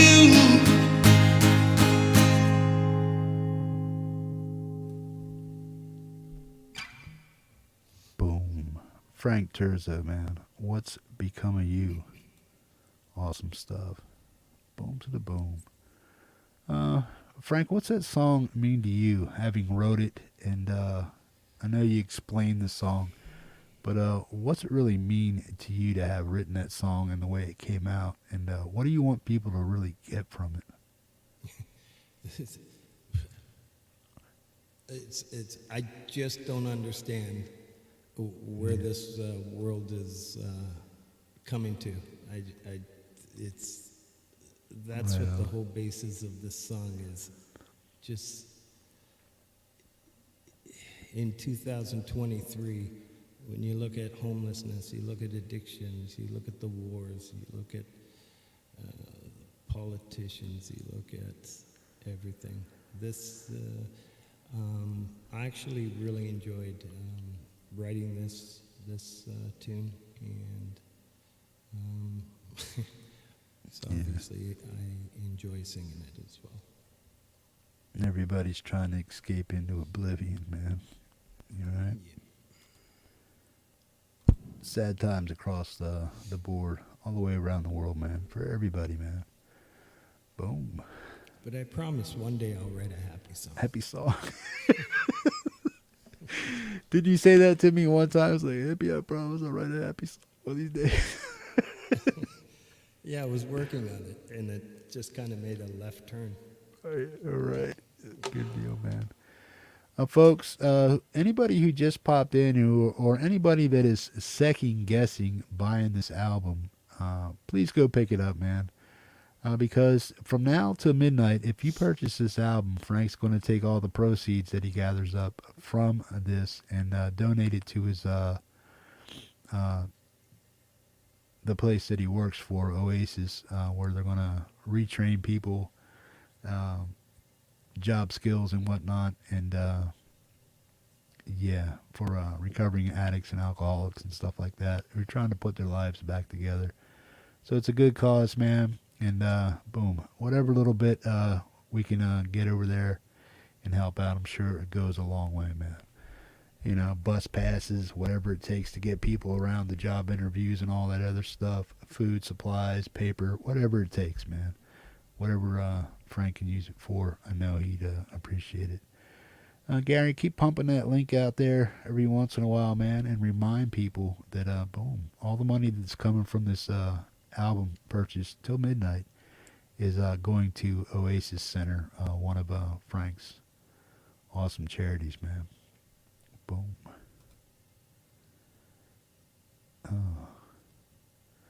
Thank you, Rebel. Boom. Good deal. I really appreciate that, man. You are a true matron of the arts, man. Miss Rebel Rocker, man. I appreciate everything she does for the channel and community. Good deal. Thank you. Tom Caraher, welcome. Kid Kane, colorful. All the Canadians over there right now, either fly your flag or put a 5 in the chat. Any Canadians that are here supporting Frank tonight, please put a 5 in the chat or put a Canadian flag in the chat tonight, man, so we can figure out who's who out of Canada, man. Good deal. Yeah, we'll take the CACAs. Good deal. Folks, let us know if you're from Canada. Put a 5 in the chat or a Canadian flag. Right on, man. Got a lot of support from you over there for from your home people. Right on. Boom. is there anything that comes to mind since you've been here? Anything you want to ask me or ask anybody in the community? Anything else you want to reveal to us? Wow, you just read my mind. I wanted to, um, any Canadians out there that live in and around the Toronto area, if you're playing somewhere or performing, please send me the details. I would love to just get away for a night and with my partner and come and support. Right on. So, do you know a lot of people? Do you know any? Do you know any of the folks in here that actually do what you're asking? Do they perform out? Do you know anybody here in the chat that does that, and that you might want to go check out and see? I wish. I think I reached out to Brad. I would love to see Brad perform, and he's not that far from us. Yeah, if I don't know that I don't know who's performing out there. I wish there's so many talents and so many people close to me. I know there's a few in the Niagara area, is what I'm finding out. I know Kid Kane's quite close to us. London is probably a couple hours away. Yeah. Or maybe a little further, but the way I drive, it'll be a couple hours. But, yeah, anybody out there who's performing, I just can't cross the border. Yeah, me either, bro. What? How many aliases do you have? How many DUIs? What? Get the hell out of here. Yeah, that's what I got the last time I tried to cross the border up here. To get down south into California, man. I went up to the Canadian border up there in Alaska, up in the Yukon area. I'm just like, no. Turn around. Didn't matter that I had, what was it back then? 14, 15 years sober. It didn't matter. He didn't care. It's like, but I'm sober. I don't drink no more. So, yeah. But they don't care, man. Right on. Yeah, sorry, kid. You're right.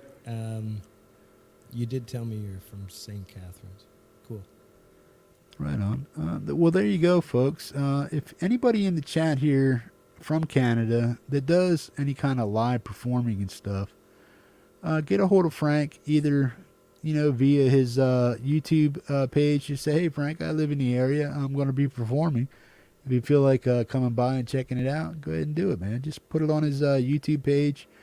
And there's links down here in the description to his Facebook and a few other links to social media and stuff like that. And then I'm also going to be putting in his Bandcamp. I think I got his Bandcamp page in there. I'm not sure. And the Oasis link. So, yeah. People can donate to Oasis from the Oasis website too, right? Yeah. Yeah. Right on. Anybody that chooses to donate on behalf of this show and Frank that you've seen, hey, man, we seen Frank perform and boom. We dig your cause. We dig like what you're doing to help people out. And if you want to go over and do that, give Frank a shout out, give the Hippie Show a shout out, let him know that, hey, man, Frank performed over here. We dig what he's doing. We dig what he does in life to help people out. And if you want to help support that cause, man, follow the link down in the description of this video. Go over to Frank's channel. And also hit up the Oasis channel and the Bandcamp. Buy the album. He's going to donate it, the money tonight to charity, man, which is the Oasis Center, man. Right on. Good deal. I'll be definitely getting over there as soon as I get done with the show here, man. Right on. Boom. The little one says, great show, man. Right on. Good deal. So what else you want to talk about, Frank? Rock and roll. Rock and roll. Favorite rock band? Oh, Jesus. Well, it depends on which era. We've been around a long time, Jeff. Yeah, right. So definitely Led Zeppelin, and I'm a huge Ozzy Osbourne and Randy Rhoads fan. Yeah. Geez, I can go on forever. Any classic rock band from the 60s and 70s, and I love Yeah. the bounce back they had in the early 80s. A lot of these bands, Black Sabbath, and Yeah. Hmm. Coming back to life. Yeah. Well, I was saying the other night with Leroy's musical, Leroy's musical journey, That dog. was the most beautiful 17 minutes I've watched Right on on. YouTube, and I truly mean it. Yeah. It was like, man, I'll never pick up a Pink Floyd album. I'll just call him. Right It on. was just Well, I'm sure brilliant. he's going to be doing more, man. He's got to Yeah. do more after that. He did get a great reception on that, and that album was probably my all-time stoner album. That's the album that I probably smoked more dope to than any other album out there. I mean, probably 20 pounds at least, man. I mean, I ain't really totally counting, but it was a lot of weed, bro. Pink Floyd Animals just did it for me, and then obviously they came up with a wall and all that other stuff, man. So, and money, all that stuff, man. It's all great stoner stuff back in there. Back when we had paraquat and stuff in our weed and stuff. Oh, yeah. The lace, whatever. Dirt weed, yeah. Smashing seeds, trying to get high. Bong Sounds water. good, man. Yeah. The good old days. It's okay to remember. You got to remember where you came from, folks. You know what I'm saying? But yeah, oh man, some of the stuff, just to cop any kind of, even hyperventilating, if you can get a buzz that way, I'd probably tried it. You know what I mean? So yeah. Didn't Rock we on. do something like that? Yeah. Knock Oh, ourselves man. out? Oh man. What's the dumbest thing you ever did as a kid that you were glad Jesus. you either got away with it, I'm you all got over that. injured, There's so many. or you just got lucky? What's one that comes to mind? I mean, I got ran over by a freight train, lost a 61 panhead. I got my teeth busted out, lost a leg, got my everything ripped to shit in hell. You know what I mean? Lost a classic bike. So what is I escaped death. I should have been dead that day. So that's my big story. That's the one I'm sticking to. That's my big event that I should not be here yet today. And there was many other occurrences where I should not be here. But that's the one that really scared the shit out of me. I really felt that one. You know what I mean? All the other ones happened to me when I was way super stupid drunk. But when you're getting drugged down the tracks 120 feet by a freight train, that hurts, man. And you feel every part of that. So that's my story. You got one like that? That Oh, you geez, just so many, Jeff. Like, every time you get caught, that's dumb. Like, it Yeah, right. is a dumb thing you did. But the one, I was just a kid, maybe about 12, 13 years old. And I remember, maybe younger, but I wasn't allowed to touch the 22s guns that my older brothers had. So they were up north, and they all went in for lunch, and they left the gun out. And while they were eating, for whatever reason, they didn't notice that I wasn't there. I grabbed the gun maybe about 6 feet away. I aimed for my dad's spotlight, floodlight, and I shot it. And I just jumped up and down for joy, and I'm screaming, yeah, I did it. And then up comes my dad. Yeah, that wasn't a good thing. So the dumbest thing would be that. Did you get a whooping for it? Oh, yeah, we won't, we'll keep Back in the that day when calm. banging your kid's head up against the wall was semi-legal. Paddles and switches and stuff like that. Yeah, well, that's not child abuse. Yeah, Man. didn't they outlaw buckles Yeah. on Take your on the buckle off, belt? man. Yeah. Oh man, Those bad are fun days. What's your favorite hobby, man? Besides Uh, making music. Carpentry, anything to do. Previous career to working at Oasis, I'm a carpenter, builder. Right on. Yeah, Any pet peeves, man? Something that just pisses you off? something that pisses me off. Driving downtown. Right on. I You get a just little bit of the road rage, anxiety. do you? No, I don't get road rage. No. It's just I just You're don't just want sad to be you're there. caught up in It's it. like I'm just angry. It's like fuck it. I want to get out of here. I don't know any shortcuts. You know? Right on. Like, Yeah. put me in the suburbs, and I won't have to hit a main road. Right? It came Right in on. handy when you were drinking, but downtown, no. That's What's your first and last concert you went to as a youth and as an adult? Pre-COVID, or I guess. I don't know if the Blizzard of Oz with Randy Rhoads was the last one, but that's definitely the most memorable one. That's the last concert you went to? Yeah. Oh no. So Or the it must have- first? That was 1980, right? 81. Yeah. Yeah. Shit. No, I You would have been like definitely went to- 16, no, 17 no, I then? went to Heart. Probably the last one, now that you're talking about the laced weed, is Pink Floyd. Pink Floyd. Yeah. It would have been Pink Floyd. It wasn't The Wall. It was actually it wasn't Pink Floyd. Sorry, it was David Gilmour. Right on. Solo stuff? Yeah, they had the pig flying around Maple Leaf Right on. Gardens. It's pretty cool. Gonna kind of put you on the spot here, man. Who is your favorite YouTube musician? Either here in the community or just out there, man. Who's your favorite YouTuber musician out there, man? Or even give out a spotlight to a few people that you believe deserve honorable mentions as far as what you like is music, as far as music goes, man. Wow. Yeah. You don't put me on the spot. I do that stuff, man. I love folk punk. I'm wearing his colors here. Right on. So, yeah. All I do now is listen to YouTube musicians and YouTube music.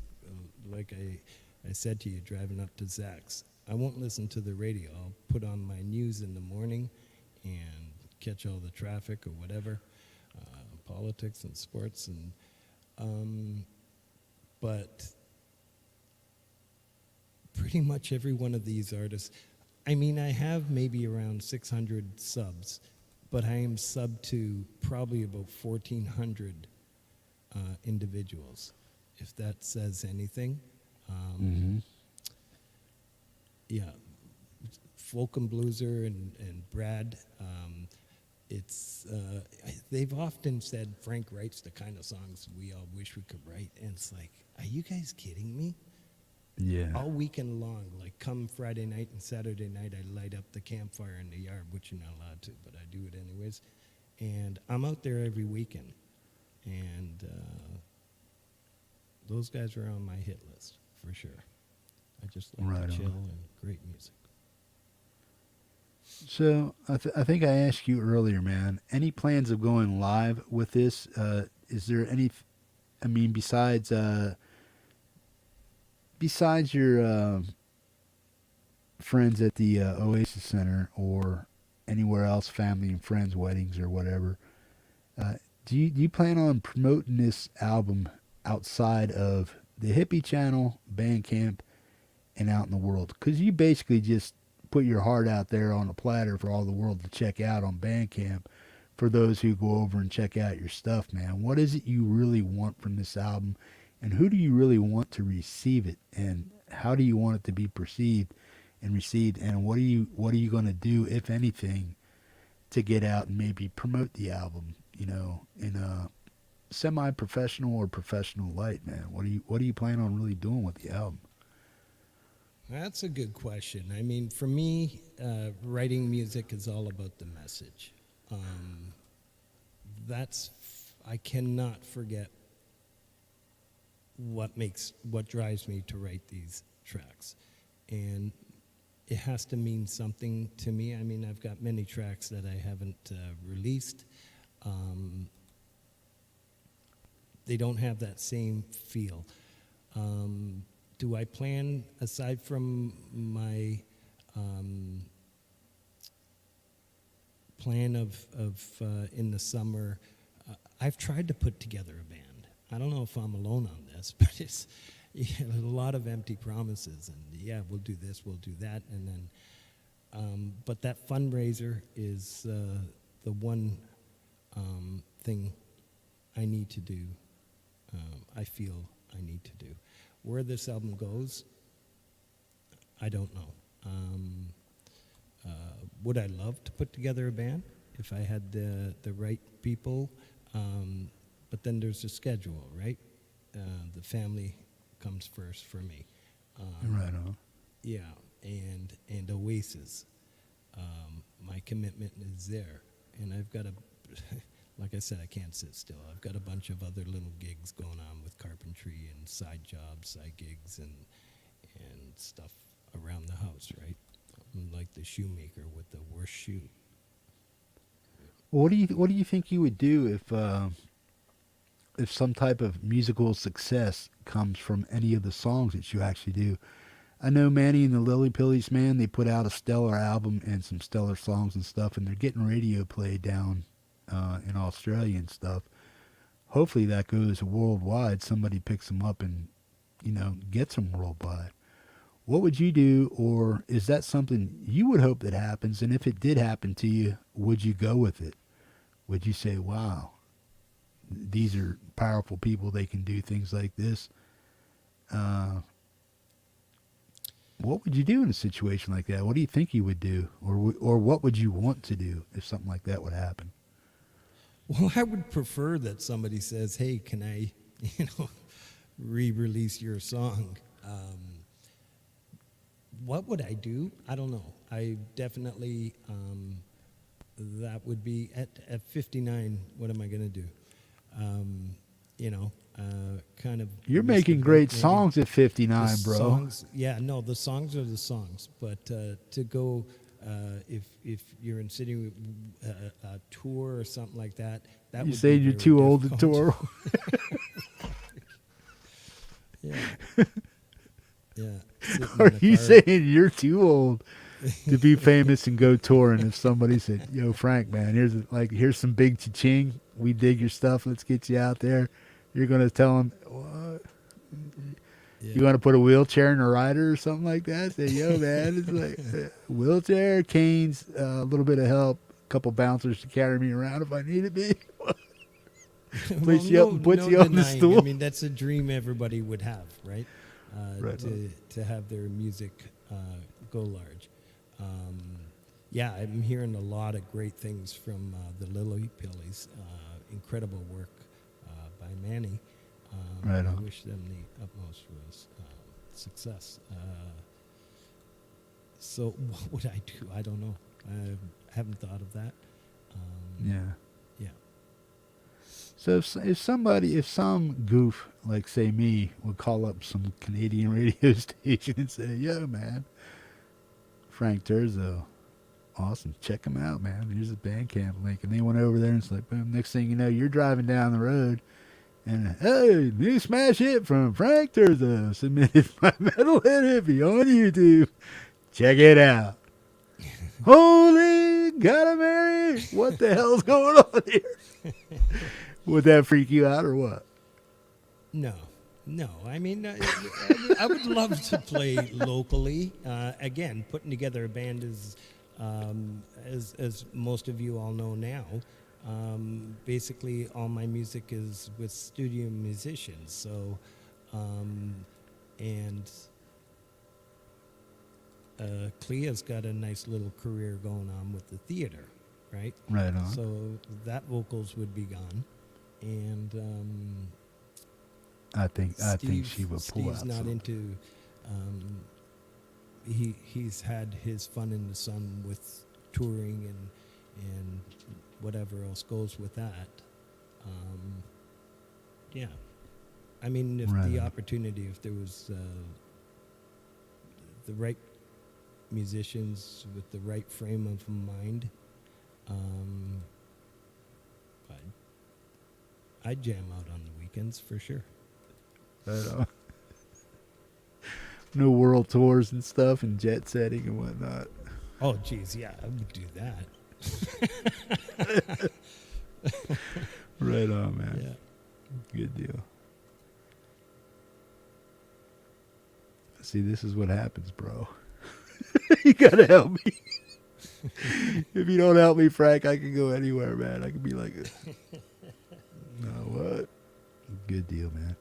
Now, you got a boatload of people over here for you, man. I think tonight, I think we hit 67 folks, man. So that's a big turnout, man, for this show and for you, man. And that just shows the drawing power that your music has for this community, man. People really dig what you're putting down, and they're here to support you, man, and your family and friends, man. So with that kind of support, that would give a guy not so much an ego boost, but a confidence boost to say, hey, man, if enough people really like my stuff, hopefully it does well. And if something happens, it happens. Roll with it.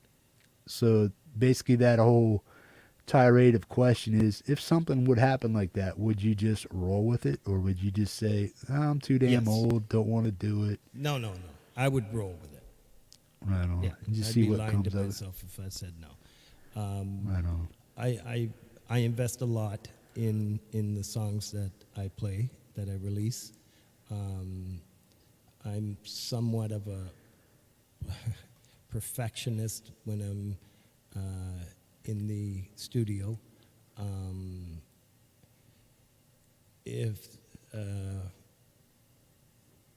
I definitely do my share in promoting each song I release through YouTube's Google Ads.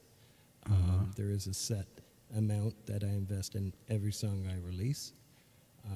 I usually wait a couple weeks to see what it does on its own, and just get a feel of the community support first. It kind of gives me an indication of where it's at, and if I get good feedback and good response, then I'll drop a little bit on promoting it through the Google Ads.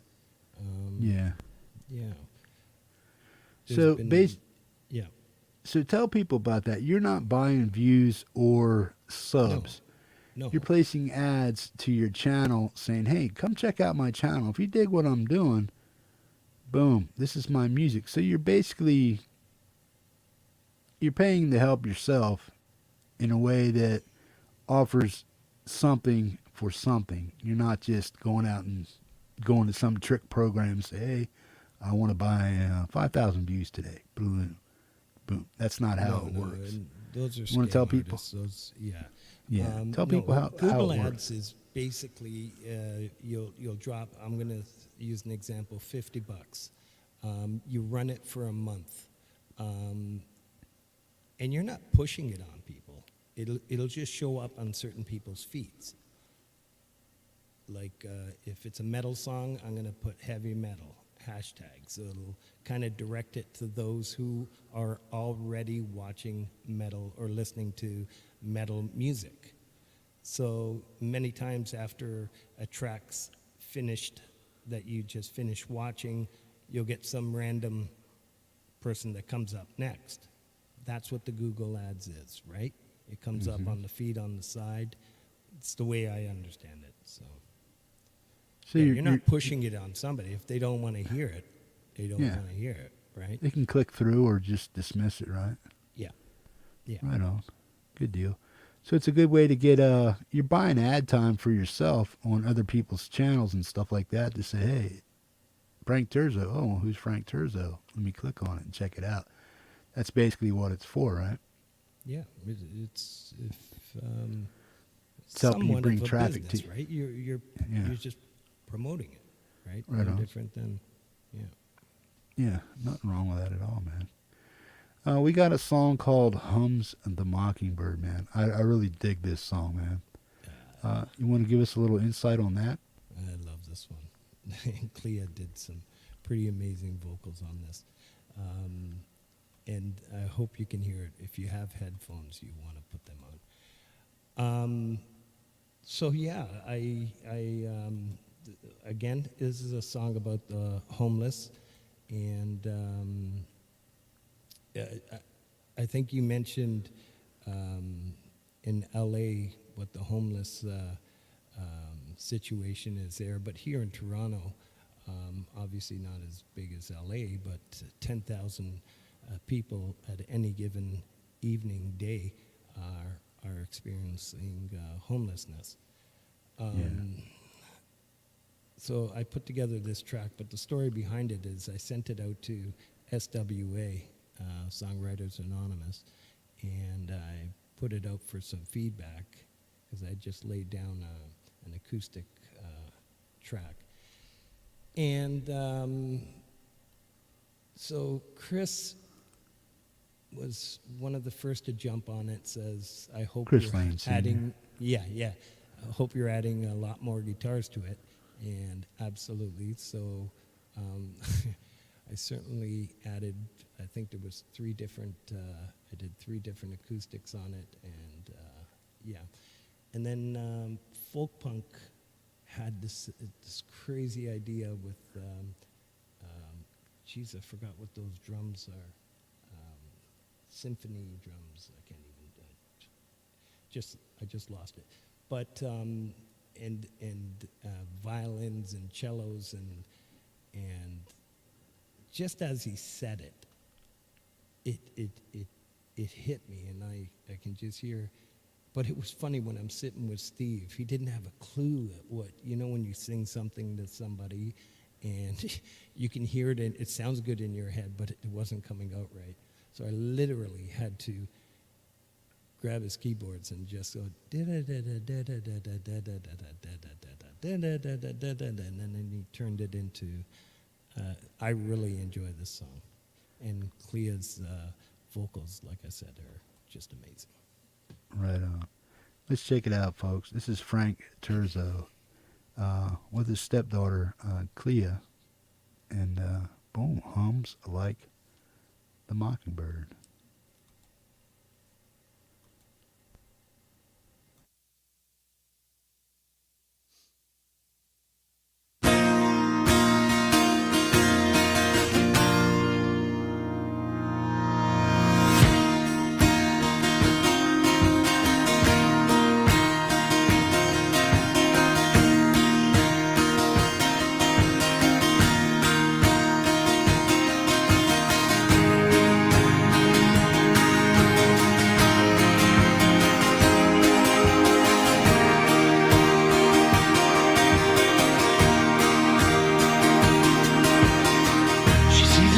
Dressing misery, captivated by her qualities.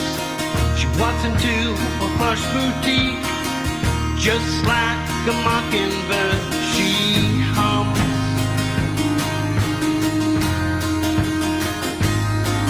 She hums.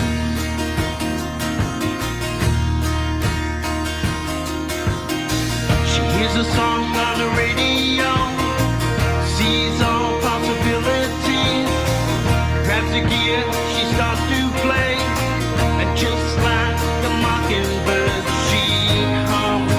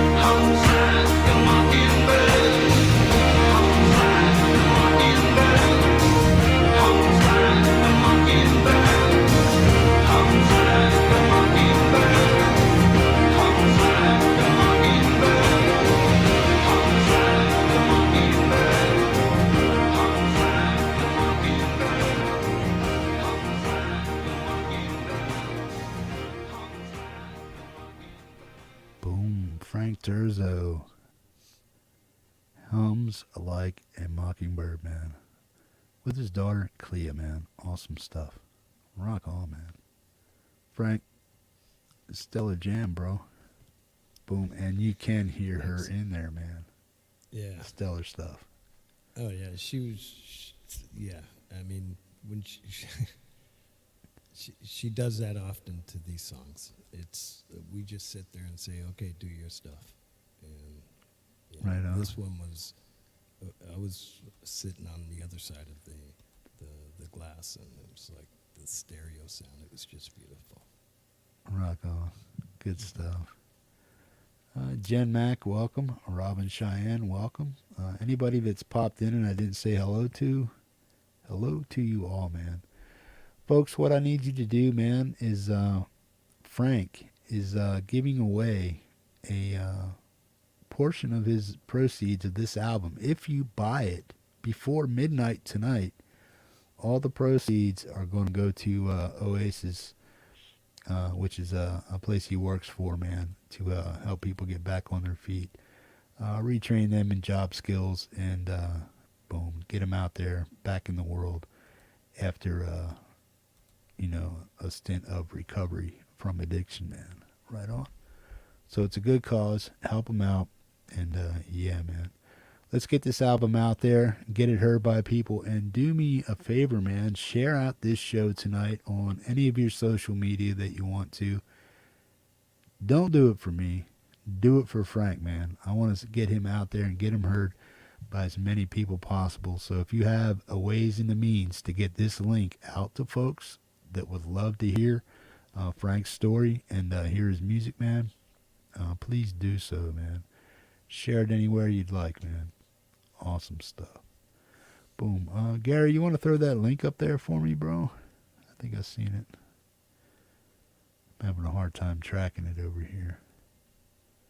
Good deal. So any more insight on Mockingbird, Frank? No, that pretty much covers it. Again, a mockingbird doing what it does best, mocking others, and kind of tried to tell a tale of a homeless individual where she's in the lyrics where the vision I had was walking past, I actually witnessed this, walking past somebody panhandling, playing on the street, and she just grabbed the guitar and started to play it. It's I don't know. It just kind of, that homeless person, I've always said this about addicts and alcoholics, and not insinuating that all homeless are addicts and alcoholics, but the addict and alcoholic is the most gifted individual, I believe, in my heart, of any human being that's out there. And I've witnessed it. I've lived it and I've witnessed it now, working at Oasis for 18 years. The Right on. talents and the gifts from these individuals. Right on. Mm-hmm. Yeah. Well, so many people in addiction and recovery, man, we forget our actual gifts and we have to relearn them a lot of the time. And it's like people always think that that's all we ever were, was a drug addict and alcoholic.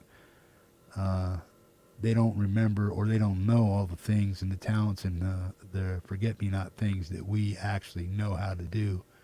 We just we suffer from an addiction that takes us away from all the things we love, destroys everything we ever loved and cared about, and until we can get back to that, clear up our minds and our hearts and our spirits and stuff, we just forget about that. And then when we finally come out of our shell and try to get back into society and life and stuff, we come up with all these hidden talents that we forgot about, and we try to relearn them, rehone them. And if people are digging them and appreciating them, a lot of times will try harder to do that stuff. But yeah, I get that, man. There's so much stuff out there. It's like you said, not every homeless person is an alcoholic or a drug addict, man. People fall on hard economic times today, where people that you would, see doing the 9 to 5 hustle job, but next week you see them living out of a car. You know what I mean? So it's like, it's sad everywhere. You know what I mean?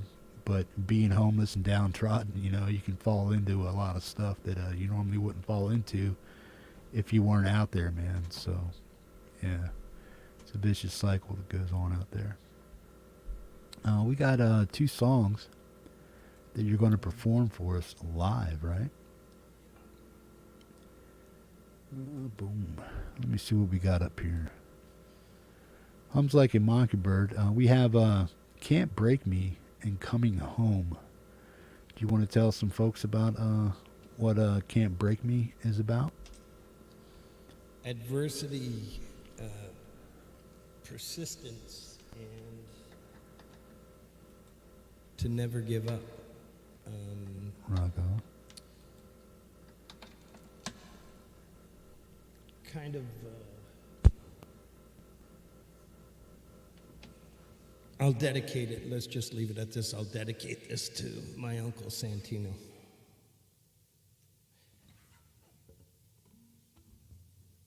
I admire him. He's been through hell and back, and he was my idol growing up. So, we'll start off with Can't Break Me.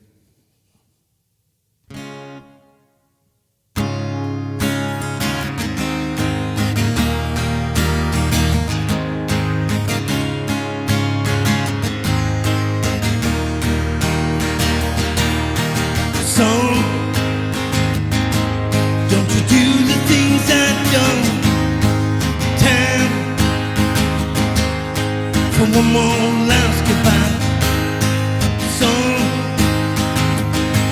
Can you listen to what I say? Wrong. When trouble finds your way,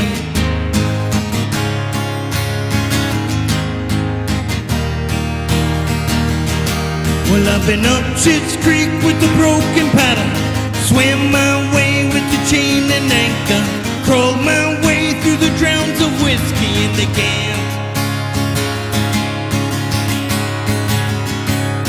They can't break me.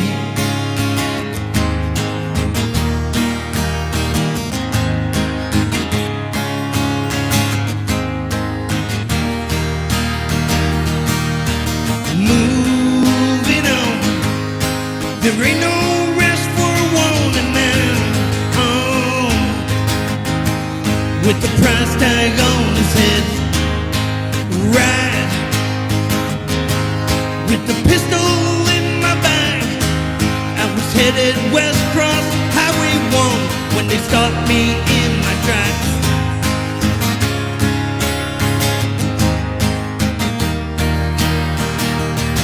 Well, I've been up Schitt's Creek with the broken paddle, swam my way with the chain and anchor, crawled my way through the drowns of whiskey in the can.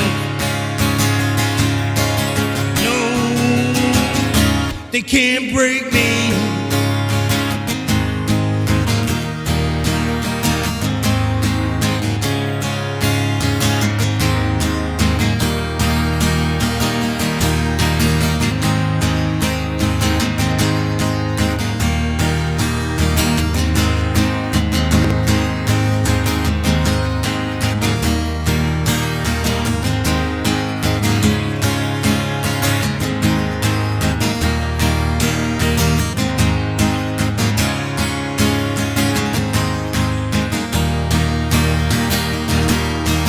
Lord, you know I never harm no one. Lord, let's break these prison walls. Love, sweet love, I can feel you next to me. I'm gonna bust on out of here, just you wait and see.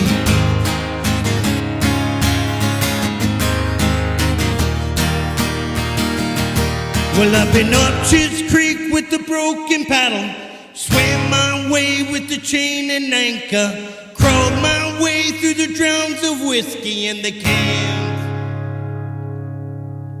Orchards Creek with the broken paddle, swam my way with the chain and anchor, crawled my way through the drowns of whiskey and the cans.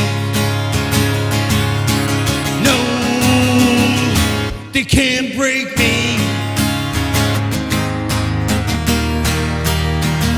They can't break me.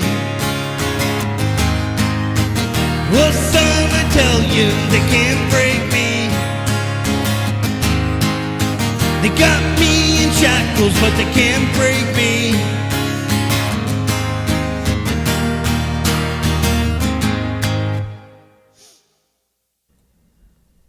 Boom.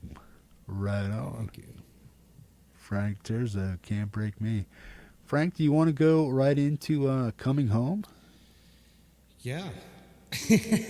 Or do you need a rest, old man? No, you need no, a breather? Let's do it. Let's do You need it. a breather? Let's do it. Right on. Give him a little intro about what it is and what's going on. Coming Home. Coming home. The well, it's kind of a little bit of lived experiences, but it's more so about how we tend to think the grass is always greener on the other side. And we get there and we find that maybe it wasn't so,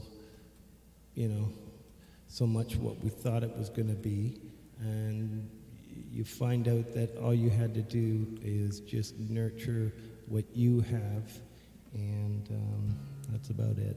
So Right on. that's coming home. Right on. Frank Terzo, folks.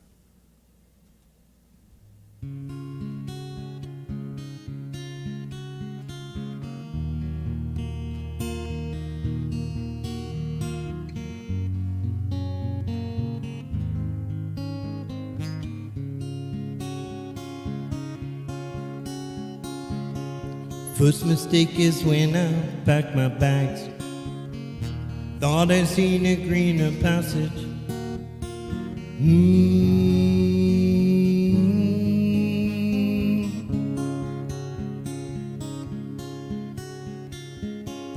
Years of searching for that promised land, smoky taverns and those one-night stands.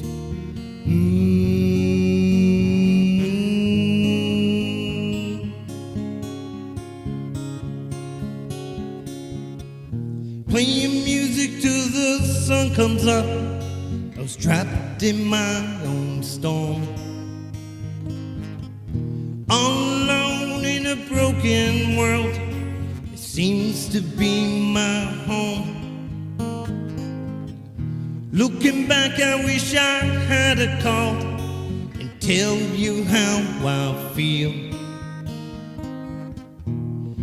Now I'm lost and I've nowhere to go. Gotta get back home.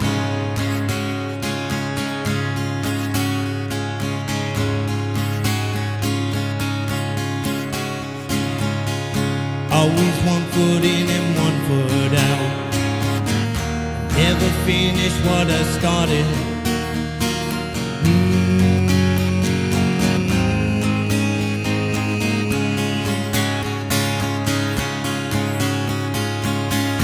Out of whiskey and I'm out of mind. Still I'm searching but I'm losing time.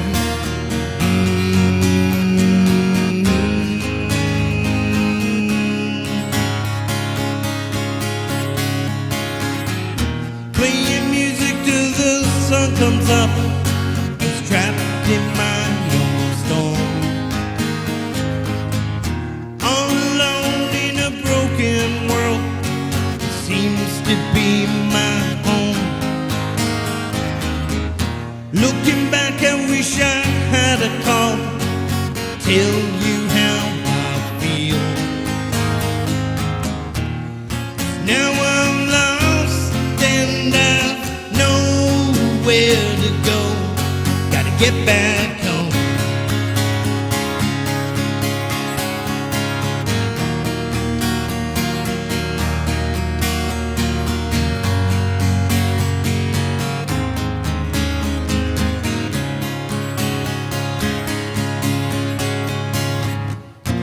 You're the center of my universe, the whistling bird at sunrise.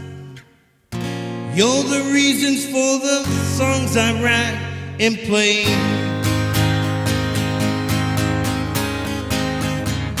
Playing music till the sun comes up, it's trapped in my soul. All alone in a broken world, it seems to be my home. Looking back, I wish I had a call to tell you how I feel. 'Cause now I'm lost and I've nowhere left to go. Can I come back home?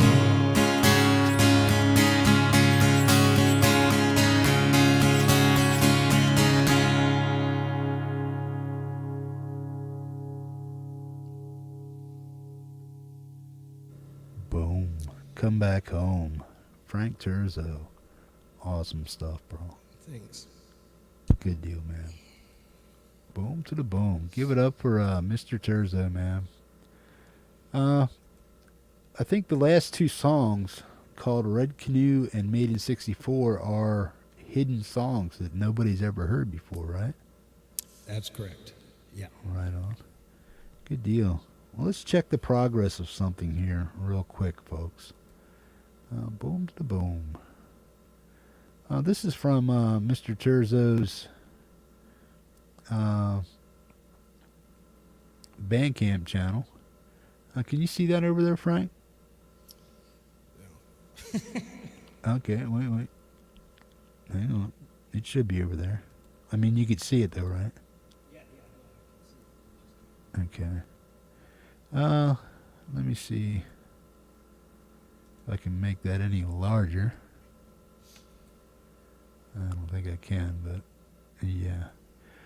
Frank, what we see over here, we have Thomas Christ, Tom Purcell, Boomer Bass Meme, Colorful Energy, Chris Lane Sr., 15th Bend, Kinger's Music, Metalhead Hippie just bought your album also.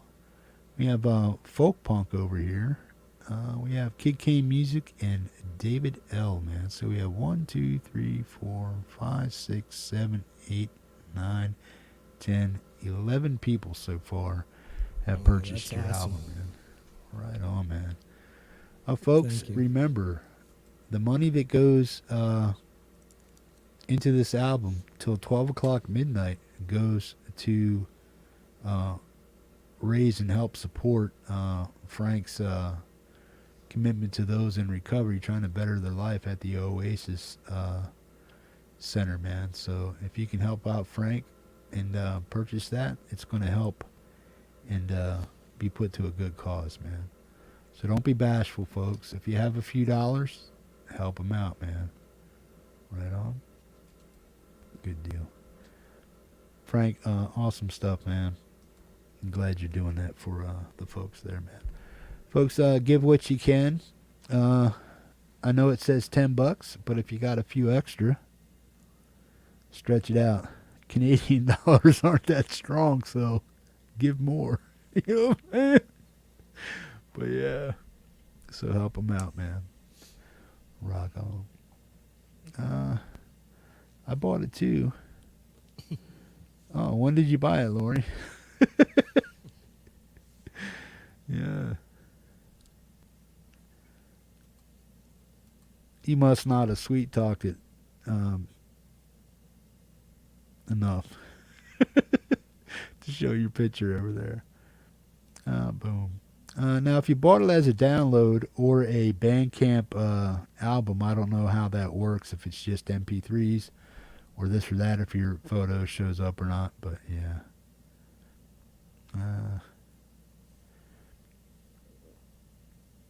Okay. Right on. Well, I'll check it out, man. I'm sure you'll show up there anytime sooner than later. Rock on, man. Boom. Trying to think of other stuff I can ask you to put you on the spot and make you squirm a little bit. Is there I'm anything sure you want to you are. ask of me? Is there anything you want to ask of me? No, I do want to take the time to express my gratitude um, to it was Gary Hubbs who said I was lost. It's like I really wanted to do an album release, and Gary goes, "Man, you got to call Hippie." And I was like, "He's not Oh, gonna want to release my, you know, spend a show on me." And I didn't want to he do said, Hubs either, but I did. Yeah. so no, I felt sorry for the little guy. You know what I mean? kudos to Hubs, and sure enough, I think within 20 minutes he replied and said I'd be honored. It's like what? Hell yeah, bro. So that was pretty cool. I really appreciate all the work you've put into this, and it was a lot, and yeah, and the patience and working around my schedule. Yeah, yeah. And even Folk Punk said yesterday, it's like, does that man ever sleep? I don't get much sleep, but yeah, no, yeah. No, I appreciate that, man. Yeah, and yeah, Hubs is he's my boy, man. Anytime I play him, he always gets a double. I don't care, what's going on, man. He always gets a two for out of me, because he just does it like that. So yeah, I appreciate Gary, man. He does a lot for helping out the hippie over here on the community, man. And boom, his friends rallied around him also and said, "Yo, man, why ain't you doing an album release party? You're doing this and doing that." And he says, "Well, why don't you just go over and do this over here on Hippie? Get Hippie to do it for you." And I was glad to do it, man. So a few of his friends rallied around him, Russ, I think, and a few other folks rallied around him and said, "Yo, man, check out Hubs, man. He's doing an album release." And I said, "Bro, why didn't you just ask?" I said, I would have been on it. And we put that together, man, and that was a great show. And I really appreciate getting Gary out there to the community and to the masses, man. And then thank you for letting me do that for you too, Gary. I appreciate that. And you too, bro. I really appreciate that. Big turnout here tonight. Like I said, I think we had 67, 68 folks that showed up for you at one point, man. Popped in and said hi and listened to some of the stuff. We all know that people have lives and have stuff to do and can't stay all the time for everything, man. But you still have a great support here with 40 plus people hanging out, listening to your tunes and listening to this idiot. You know what I mean? So yeah, boom. Gary, you rock, bro. Boom. Anybody that has any kind of significant work, a piece of work coming out, or a collection of stuff that you're putting together and you would like to do an album release, I'd be glad to talk to you and, maybe get it out there and get the people listening to your music.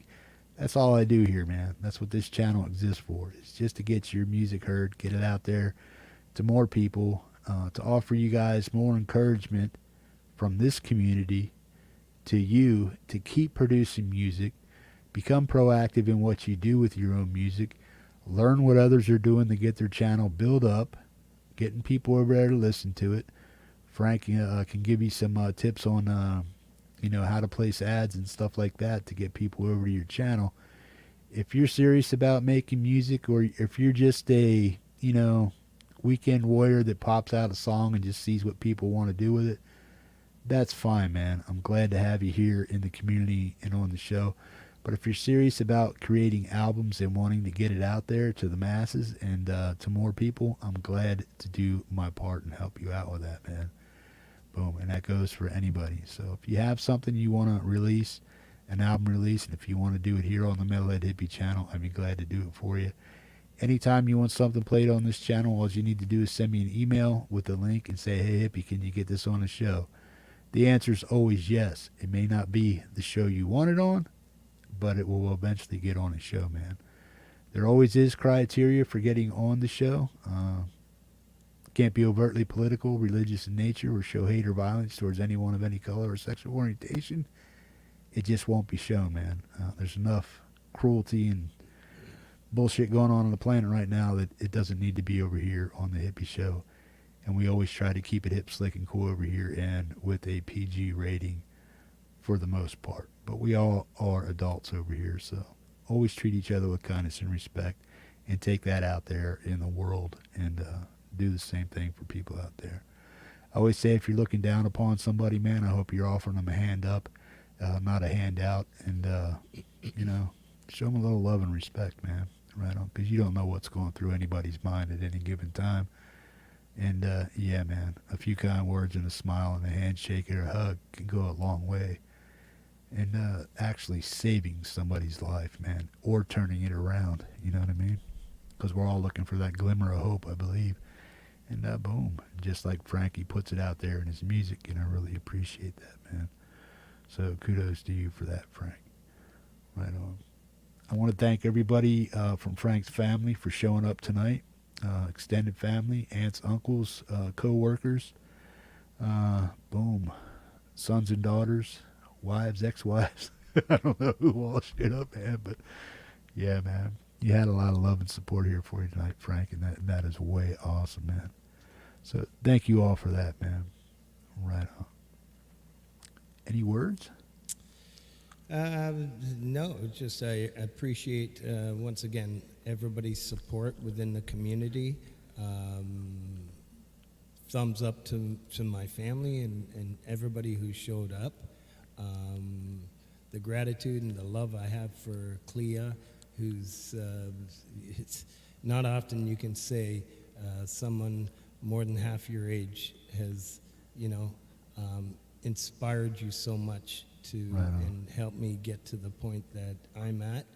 I would have never had the jewels to do this. She literally said, like, you can do this. Anyways, Clea, love you. I appreciate everything that you do. Yeah.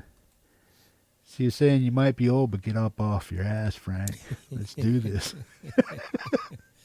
She's actually my vocal coach, too. So. Right on, man. And you can hear it in her pipes, man. You can hear her in the songs, man, and it comes across loud and proud and beautifully. You know what I mean? So, yeah, if you were asking, you may not be able to hear it. I was listening, and I heard it, man. So, good deal. Thank you, Lori. Oh, right on. What's Lori saying? Is she picking on you? Oh. Yeah. She's a comedian sometime. So you are going to close on a live song, right? Sure. Yeah.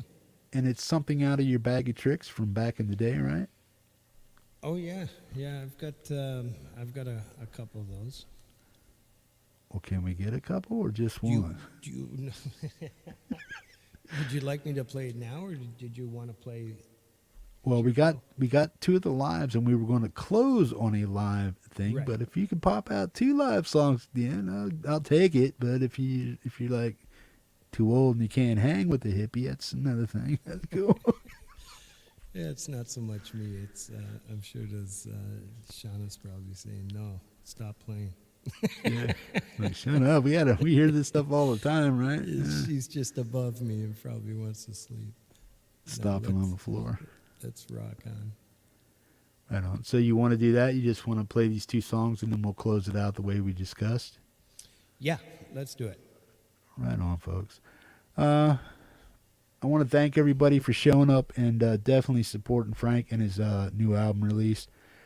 Please, please, please help a good cause. Help out Frank. And don't stop buying the album just because it's for charity, man. It's a good thing. Show the man some love. If you're watching this show and Gary Hubbs is throwing that link over there for you, make sure you're going over to Bandcamp. Find me also, Metalhead Hippie, and from my channel, everybody I follow and everybody's music that I purchase from this community, you can find there pretty much. Just like I just purchased Frank's album. It's over on my channel. Colorful Energy, Gary Hubbs, all their music is over there. So you can check out a lot of the people that are making moves here in the community with music and trying to sell it and get it out to the world. Kid Kane Music is doing it too.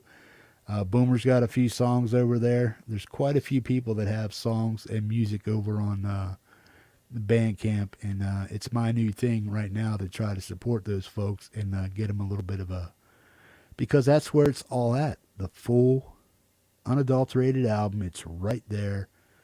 Boom, you can get it, and through that you can watch their YouTube videos and all that other stuff.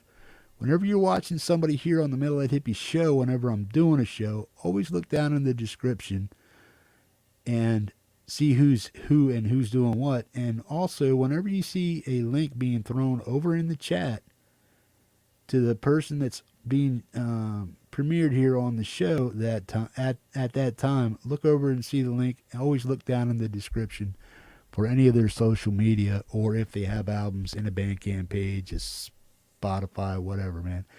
Get out there, be proactive, help the community, help the people that are making moves, and go the extra mile to get their stuff out there. Right on. Boom. Rock on, bro. My pleasure, man. For all of you guys, man. Right on. Boom. Yeah. Full song. Hey, if you got any pull with Hetriani being Canadian and whatnot, the guy's doing all these shorts with all these fantastic riffs, right? Doing shorts. Let's get a couple long ones out of him so we can get him over here on the Hippie Show. I'm not going to play a 15-second short of Metallica or anything like that. Give me a full song, Hetriani. It's been a minute, bro. Boom. Good deal. I ain't worried so much about copyrights. I'll take the risk and hit on you, man. You know what I mean? But we need some more Hetriani over here on the Hippie Show, man. So, right on, Frank. I know you got some stuff going on. I know you got to get to that. And all the best of the luck with that, bro. And boom. This is the album release party for Mr. Frank Terzo, man. The album is called Made in 64. These are the last two songs. These songs have never been heard by anyone here in the community. And we're going to check them out here for the first time, man. First song we have up is called Red Canoe, man. This is a premiere right here on the Metalhead Hippie channel. Let's check it out.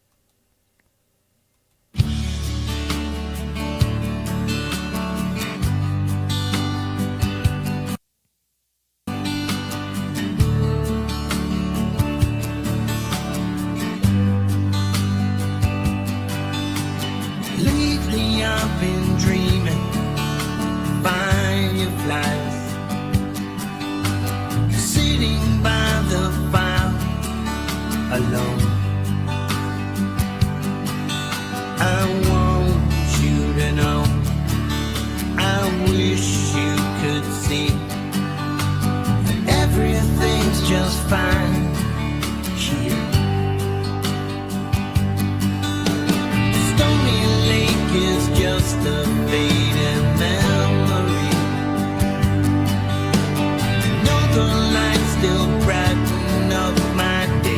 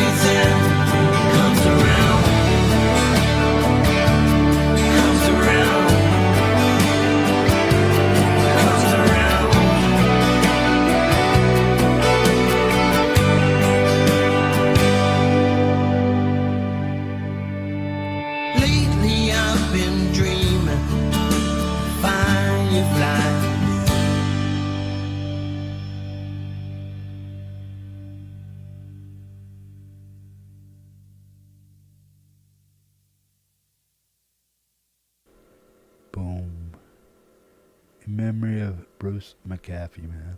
Awesome stuff, man. Frank Terzo, Red Canoe, man. Frank, you want to share anything about that song? Oh yeah, this is about a man that I've never had the privilege of meeting.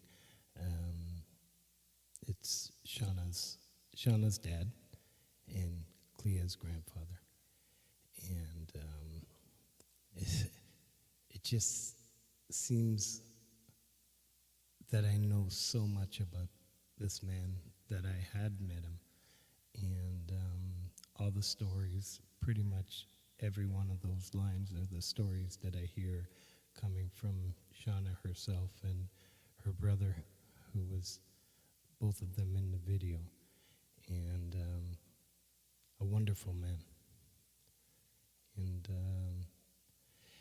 yeah, we got Clea with her magic again, her beautiful harmonies, and we did try to get her mother in on this, but I guess we ran out of time. So yeah, that song means a lot to me. Right on. I'm sure it means a lot to those folks too, man. Right on. Boom. Good deal, man. Good sentiments, man. Get some hearts and posies up there for Shauna's dad, right? And yeah, show a little love, man. Show a little hippie love over there in the channel for Shauna's father. Right on, man. Bruce McCaffrey. Show some love, folks. Rock on. Good deal. Frank, we have the namesake of the album up here next, man. It's called Made in 64. What are we going to listen to, man? What's going on here? Yeah, so I wrote this back in 2006, very early in recovery, and just kind of in this cloud. I wasn't even sure if I was going to pursue this recovery thing. And it was just kind of looking back at how did I even get to this point? Just thinking back of, it was actually my sponsor that had said,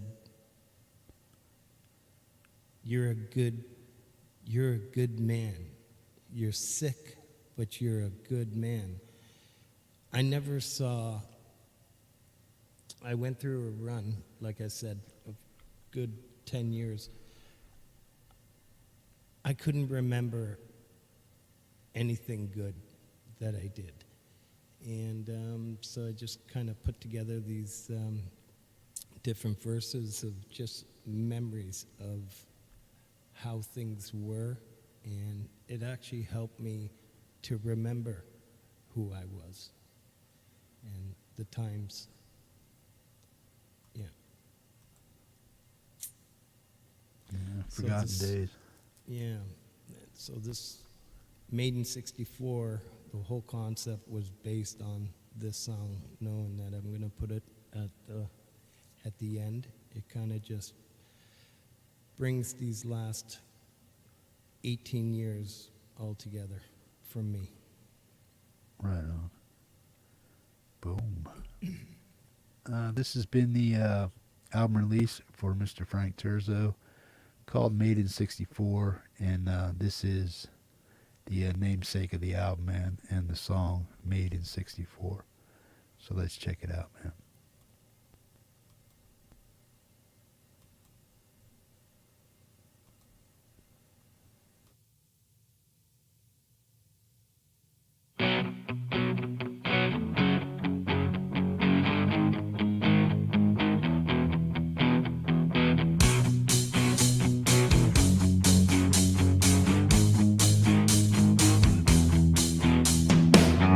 I remember back when we were young.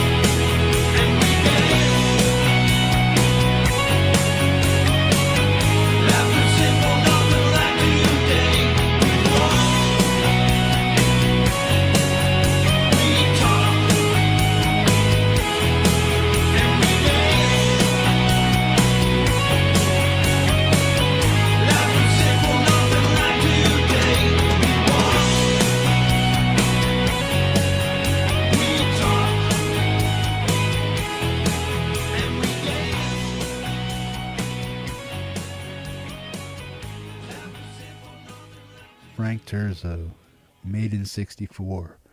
This has been the album release celebration and party for Frank Terzo's album, Made in 64.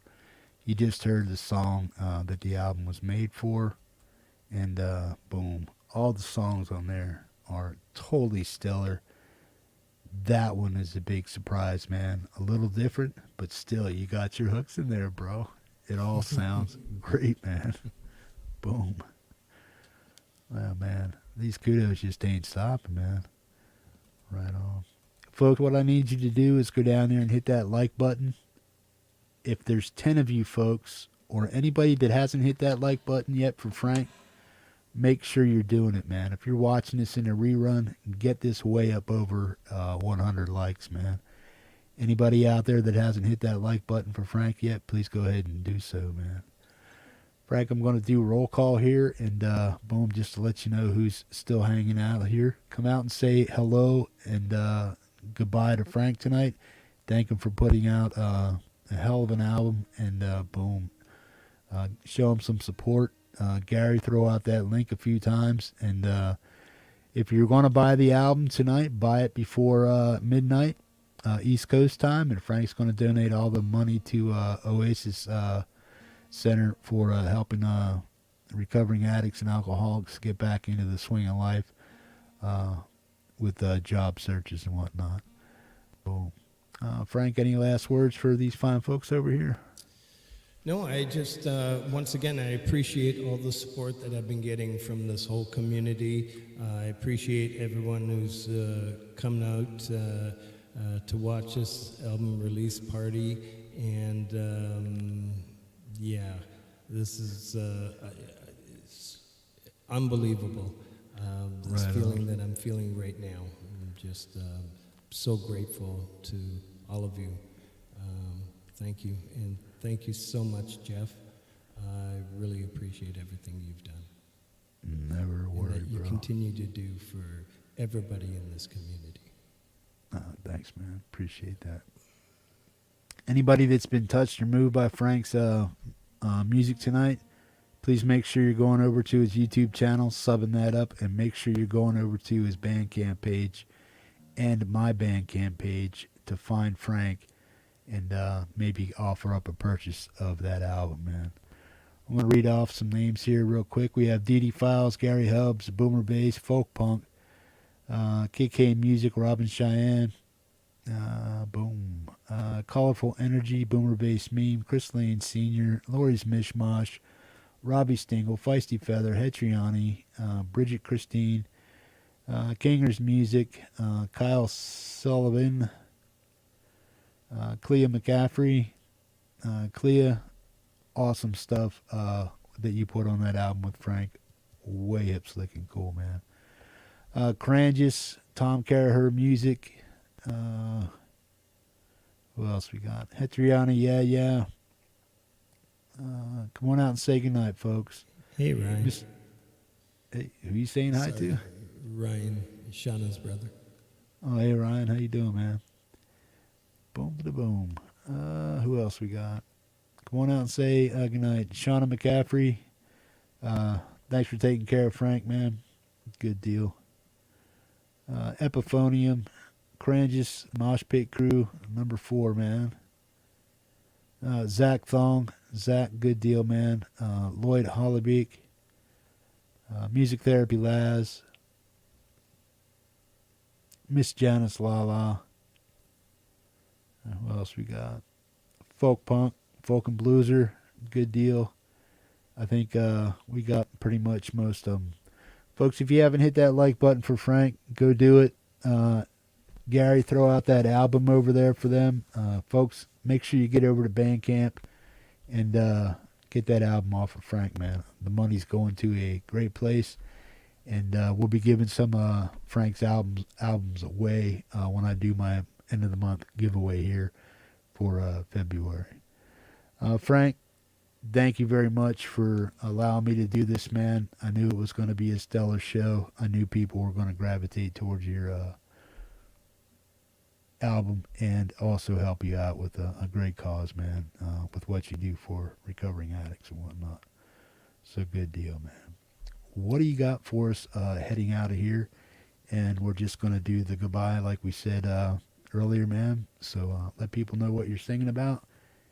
And love, peace, hippie grease to you and to all you fine folks over there in the chat. And thank you for supporting Frank's album debut of Made in '64. Right on, man. Well, once again, thank you, Jeff. Thank you very much for everything you've done. And thank you all for showing up tonight. Oh yeah, I was shaking on the first song. So. You all right now? But yeah, I'm feeling. You're tired. You want to get the hell out of here. Shut up, hippie. Let's go. Yeah, maybe I should play my go-to song first next time, and that's right on. This next song. Right on. What do you got for us, man? It's from I think it was the third song I ever released on YouTube, and it's called "The Flame." And as many of you know, it's dedicated to indigenous peoples throughout the whole world. And my heart and prayers go to the victims and families, members. And do you want to shout out real quick who are the people that are associated with this album? Give those folks a final shout out. Yeah, for sure. Once again, Steve Sherman, for his incredible studio work that he does, the productions, the mixing, and the instrumentals that he adds, especially to this song and to all the songs. And Clea's incredible vocals and her coaching me, as simple as how to breathe. And yeah, I really appreciate their support. I wouldn't have been here without them. It's hands down. Frank, have at it. Good night, folks, and thank you again. Love, peace, hippie grease. Frank Terzo, what song are you taking us out with? The Flame. Right on, man. Good night, everyone.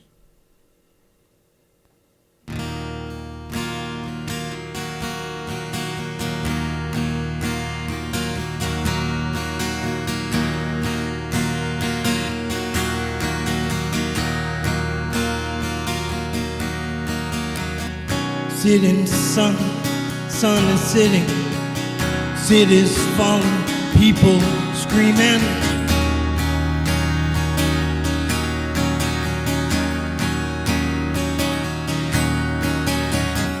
Pray for the drowning children, hear them calling, no one's listening.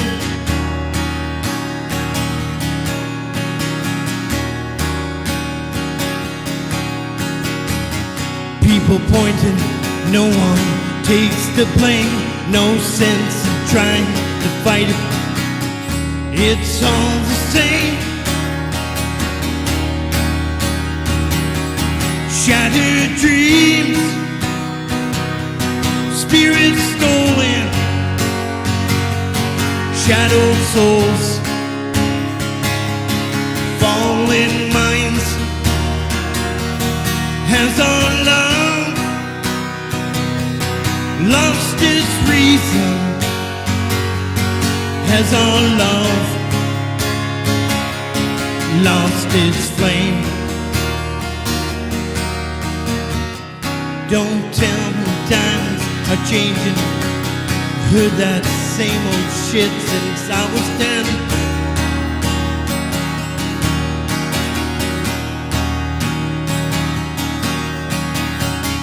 People draining fluids from the earth, world wars, greed, insanity.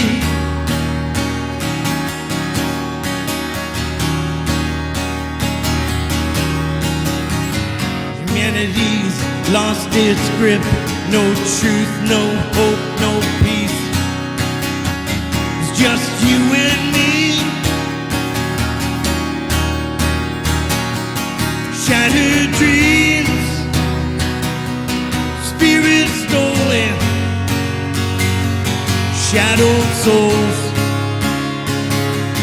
fallen minds.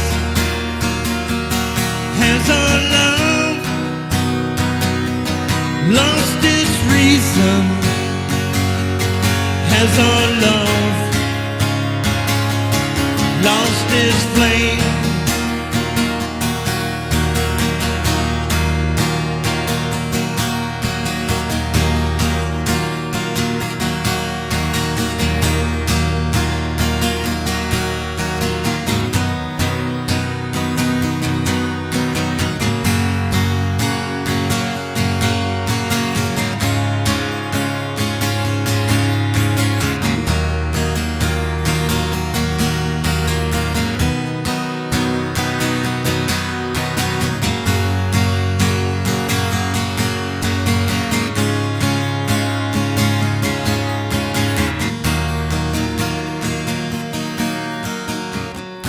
Sitting sun is sitting, cities falling, people screaming.